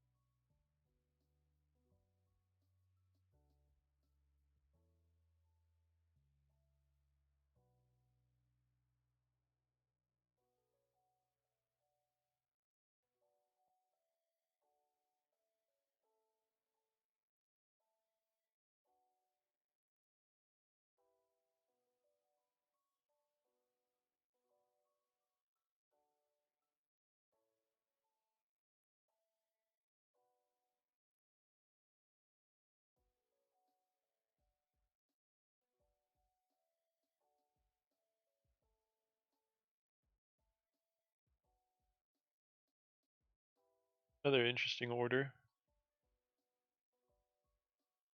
very wicky and spiky.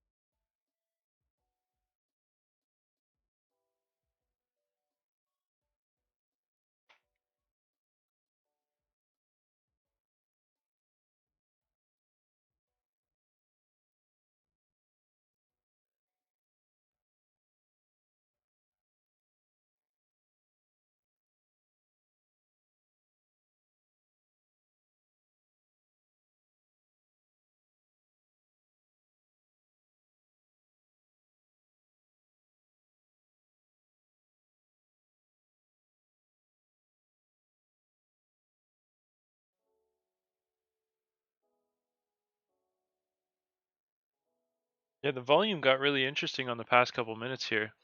See that the rate of change of the candlestick starting to increase, and of course everything bought back up to the line. They're trying to get, if there's anybody willing to sell, they want to buy it essentially.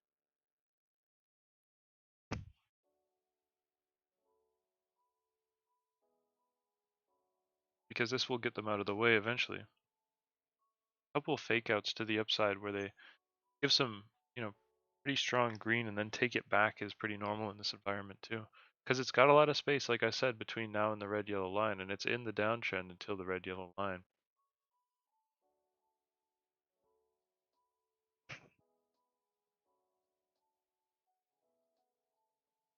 The 161 is currently where we're at. The 188 is more like the low of that range altogether there.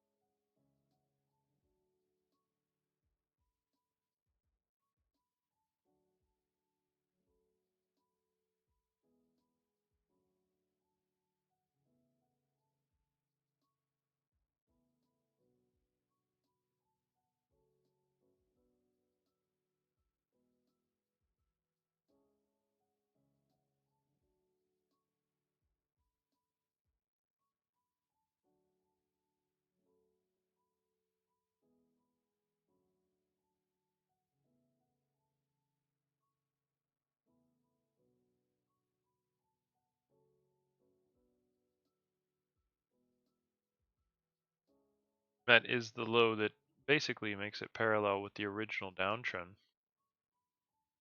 from the beginning. channel.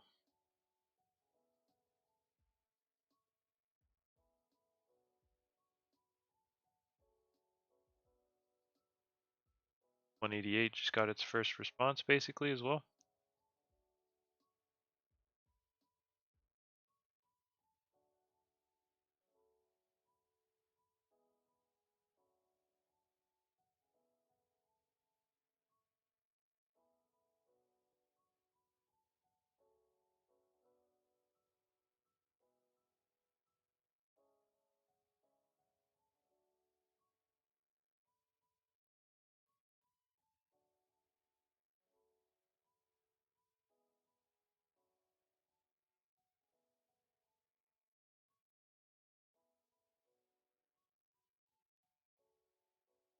Pretty decent response back to the low of the node, and I do think that, or back to the low of the channel. I do think that that distance we've seen, we've already seen it before as well. Doesn't like that point there. Any of the wicks and spikes have been even around the medium line, and it looks like that one was just out of this blue bar as well.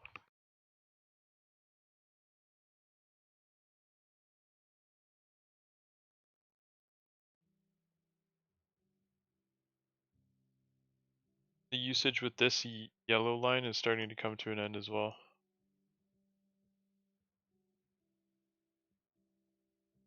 The volume and volatility were both very, very different inside of this last little area here.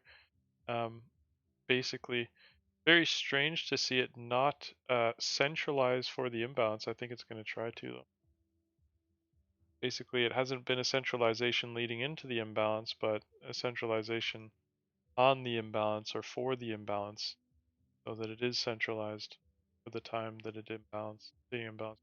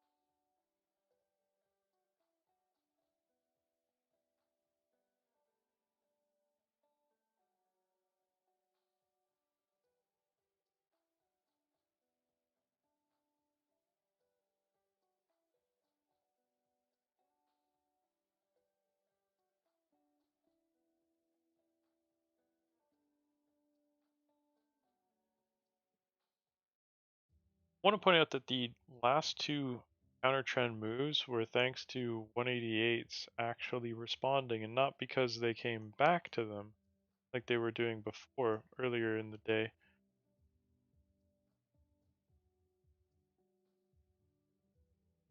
But because they're being used with absolute precision.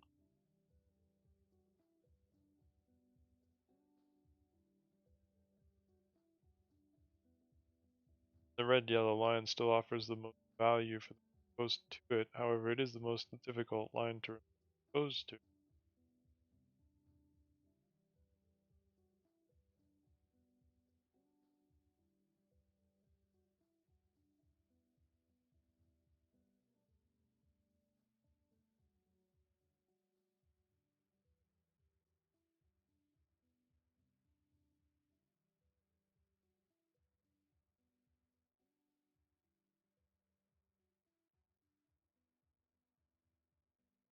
Looking for some relatively larger or below the 30 second.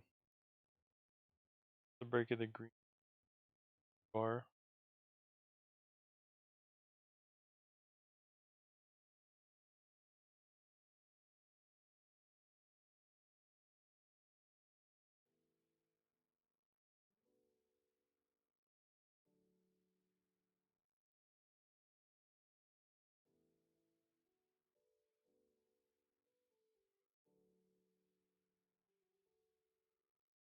So it just hit the B point to that 188 basically. This B point, 100% and the 188 are directly related. Profit taking from positions obtained at the 188 can be paid off partially at 100. However, that's not the end point.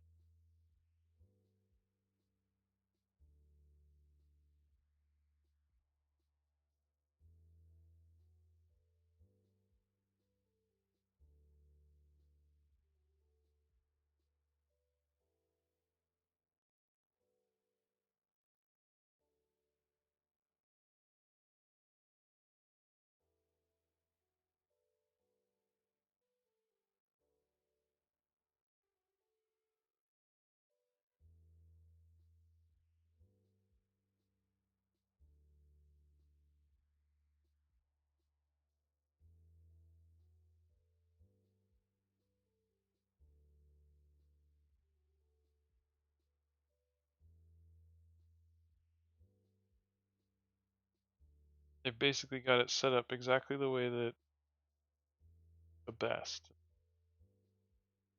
Market accordingly, trying to push their orders in there. Don't want anybody that does chase it, subject to getting wiped out back to this line. At the end of the day, everybody that found it valuable in the area wasn't obviously reversing is somewhat safer than the people who trade after it obviously. Red yellow line is in danger of breaking.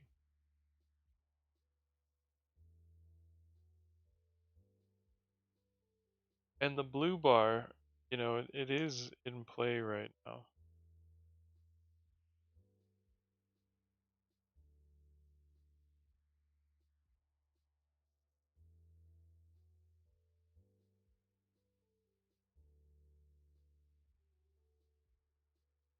And the way that this is working, like it's from this channel originally. The fib set created a green and red zone, and they've extended to work all the way down into this area and continue to used as equal levels.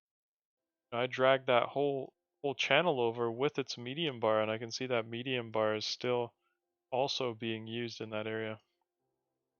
Very, very, very specific though. It only fits a certain way.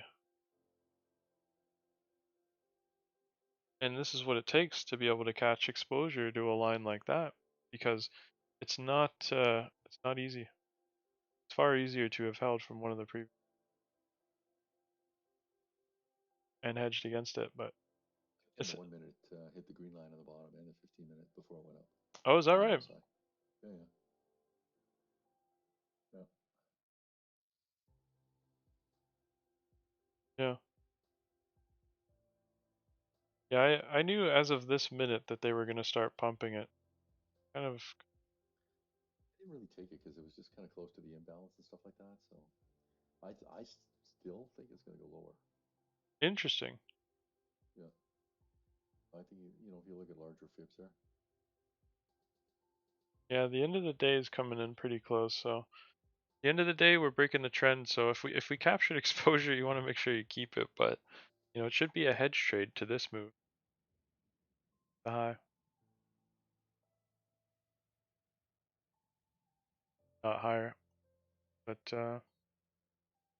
red zone in the beginning of It's the going day. to go lower. I mean, if you look at the fibs, didn't even hit the 188.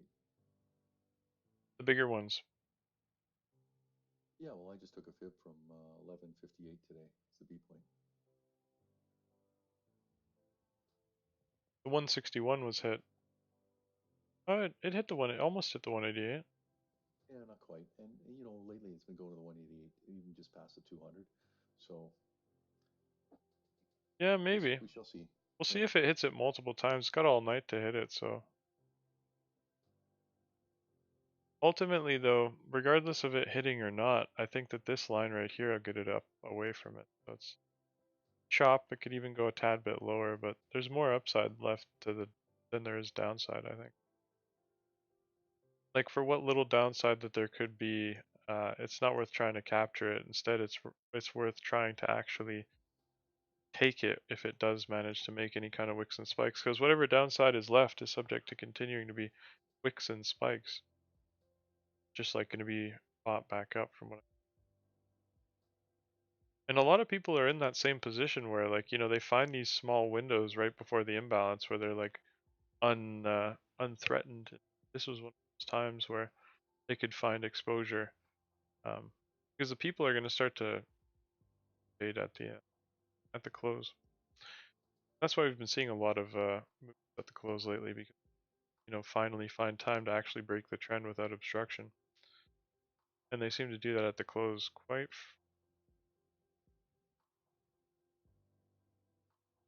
And like the only thing that changes at the close is the ordinary people can't trade.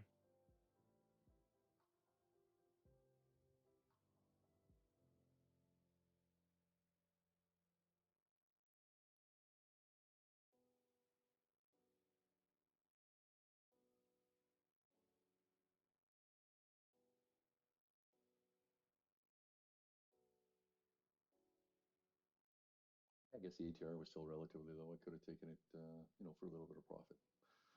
Yeah, yeah, no worries Didn't if want it not. to happen all day, but Yep, it's relatively low, but it's higher than it would be usually at this time of day, I'd say. Did get an increase around 3 o'clock though. That was kind of. I mean, when the ATRs are around 7 or 8 or something like that, it's pretty easy to manage and stuff. Yeah, But when it gets exactly. around 15 to 20 or something like that in the morning, and there's a frenzy, it's harder, much harder And as a to risk. read. Yeah, yeah.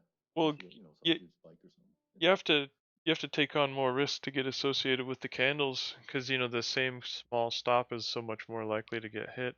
You have to widen it, Yeah. and you might have to reduce risk or reduce size, which could mean that you don't have as much flexibility at the profit targets and stuff. But Yeah. Just makes it a little bit more difficult, right, when the ATR is so high. But and it's not always the case where the reward is equally as high. It's not always like that. Because show some patience, wait for the afternoon, wait for the ATR to come down. You can still take her up. yep,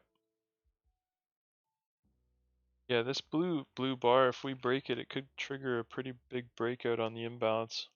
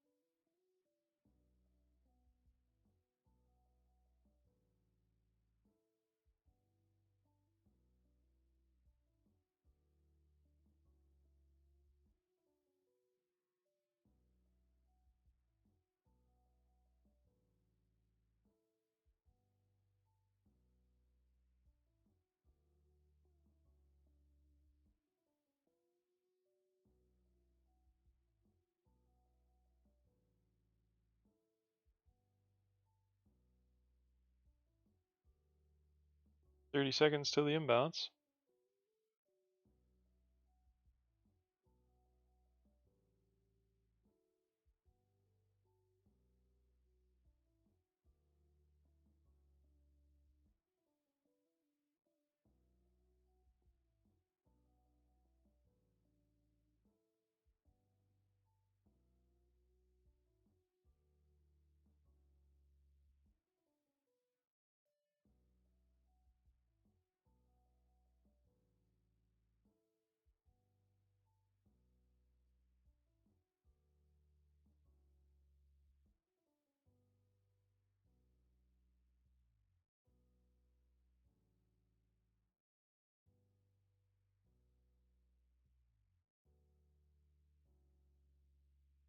I want to see 1451 become the B point.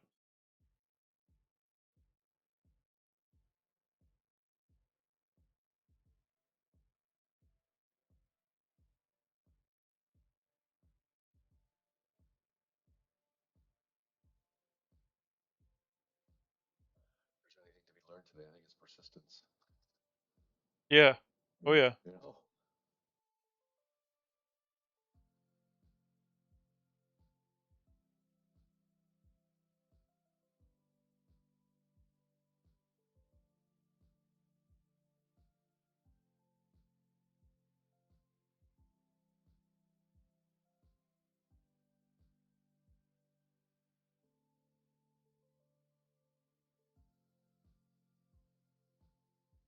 Yeah, persistence is key, and essentially the reversals have been like this a lot. The end of the day reversals too, and it stands a lot more chance of actually running into something that's holdable, because like by default many people won't want to take the risk of holding overnight.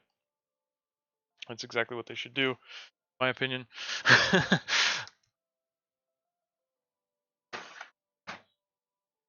Especially if you've caught the high as a short. Like like on a Lilu it's a little bit more difficult, but if you have the flexibility to retain the short from the high and the trade that we just took from the bottom, that's a good position to be in for the overnight hold, because at the end of the day if you get knocked out of the low again, you're still in from the high, and the risk has been reduced drastically on taking that long off of the low when you have that short. And like from the moment that it started dipping, I mentioned like to keep the short, to keep the short, to keep the short all the way through, because catching this low is a lot easier when you have that short. Every time that you're wrong, if you are wrong, you're making money on the short.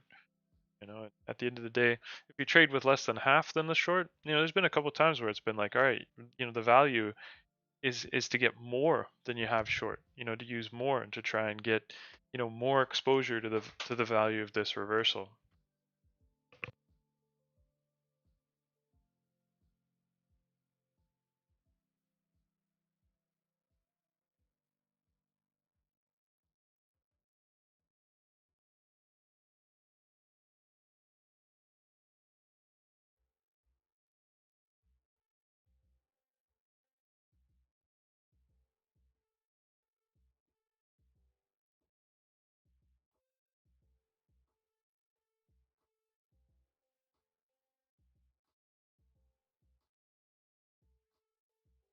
But the kind of propelling volume that they had on the break of that blue bar really just shows me, like they're in line with the same kind of movement. They put volume right where it should be. And when we were up at this high here, like that's I referenced that point um in the chat where I was like literally here. um the red yellow lines are positioned accordingly. You've got that one there and this one here. Watch for the change on the hour to increase volatility. It's suggesting that a reversing on the W could be the play. So basically, you know, we're here, and making that W could be the play. And essentially, it's a hell of a W, but it's not even that clear yet. It's gonna look clear when it plays out to that green bar.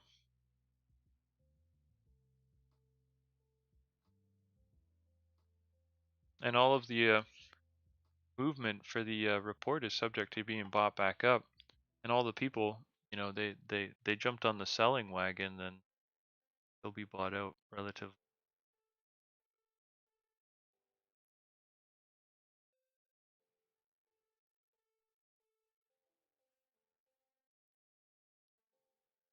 Could make a right shoulder to an inverse head and shoulders if it tests the POC again.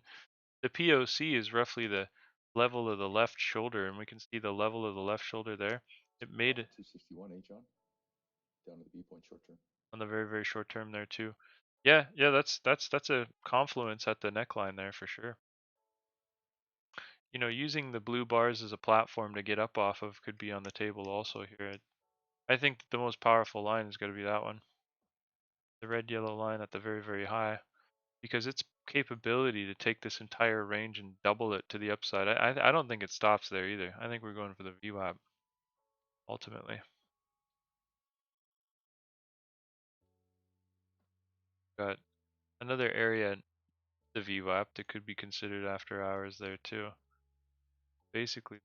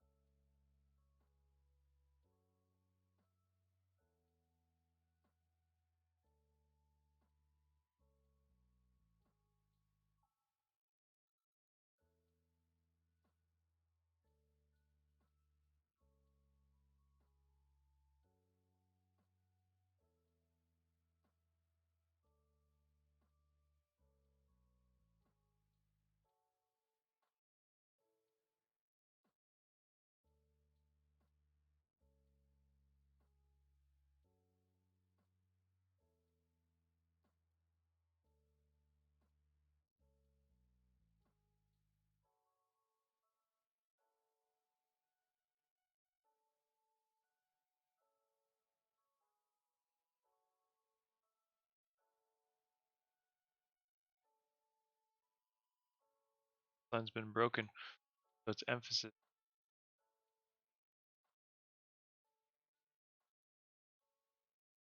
Minutes, well, more like 3 minutes closing. We've got a very controversial red yellow line on the table here. But like I mentioned, at this very given moment, some heavy orders just came in and basically took the market by storm.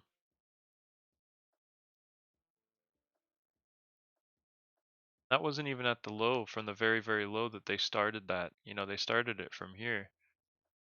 Really interesting to me. At the end of the day, moves have been very clear that they involve a lot of precision.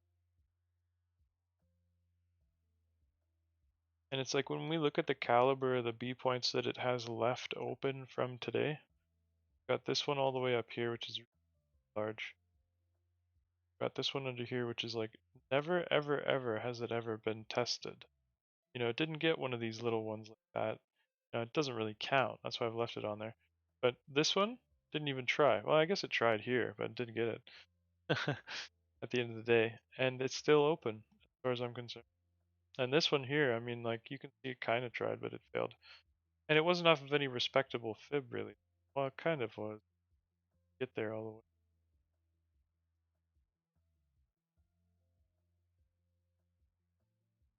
The 161 had to go. 188 was borderline terrible. And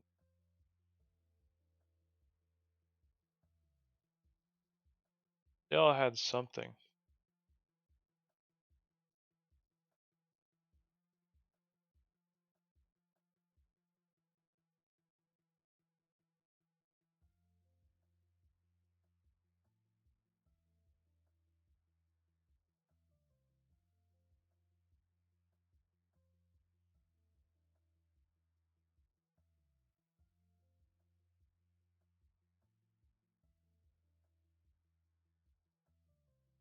See, now the thing is in the overnight session, right? If you've caught the high from the beginning of the day, and essentially when it dumped down, and if you've been hedging against it, you have a position now from this low. At the end of the day, um, overnight, it could hit all of these targets and still not be as high as where the hedge was from. Every single one of them could get hit. Then it could end up right back where it is. And things like that have been happening.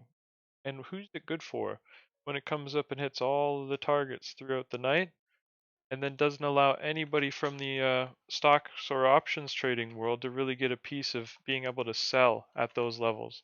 Because that's what they're showing right now.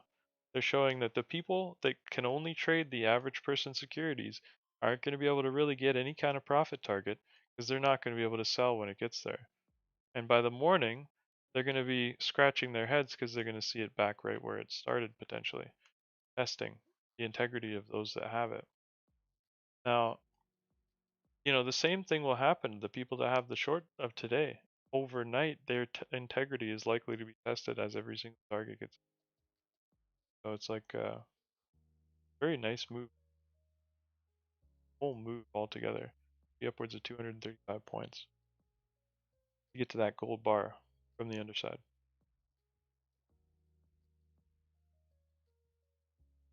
We bounced off of this area, and I want to say again, not the first time that we've bounced off of that area. If we 5-minute real quick.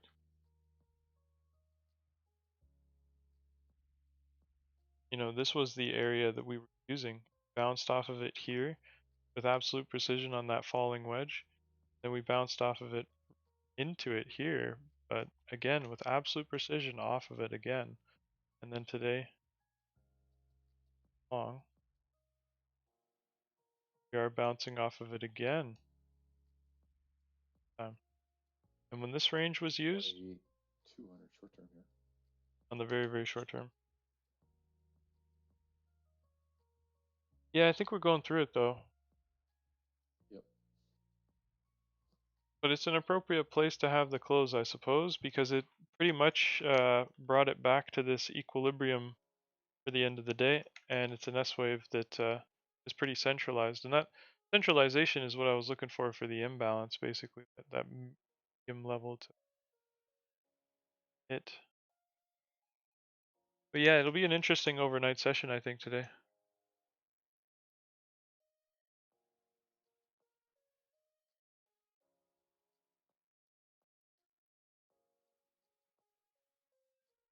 Yeah, sure good to be back in the saddle again after a few days of being away. Yeah, for sure, for sure. You know. Definitely. Well, hopefully you guys had a wonderful day. I know it was difficult to catch that final one, and hopefully you have a wonderful night, and I'll catch you guys later. Sounds good, John. Yep. Take it Thanks for easy. having. Yeah, anytime. See you later, guys. Yeah, we're going. Take it easy.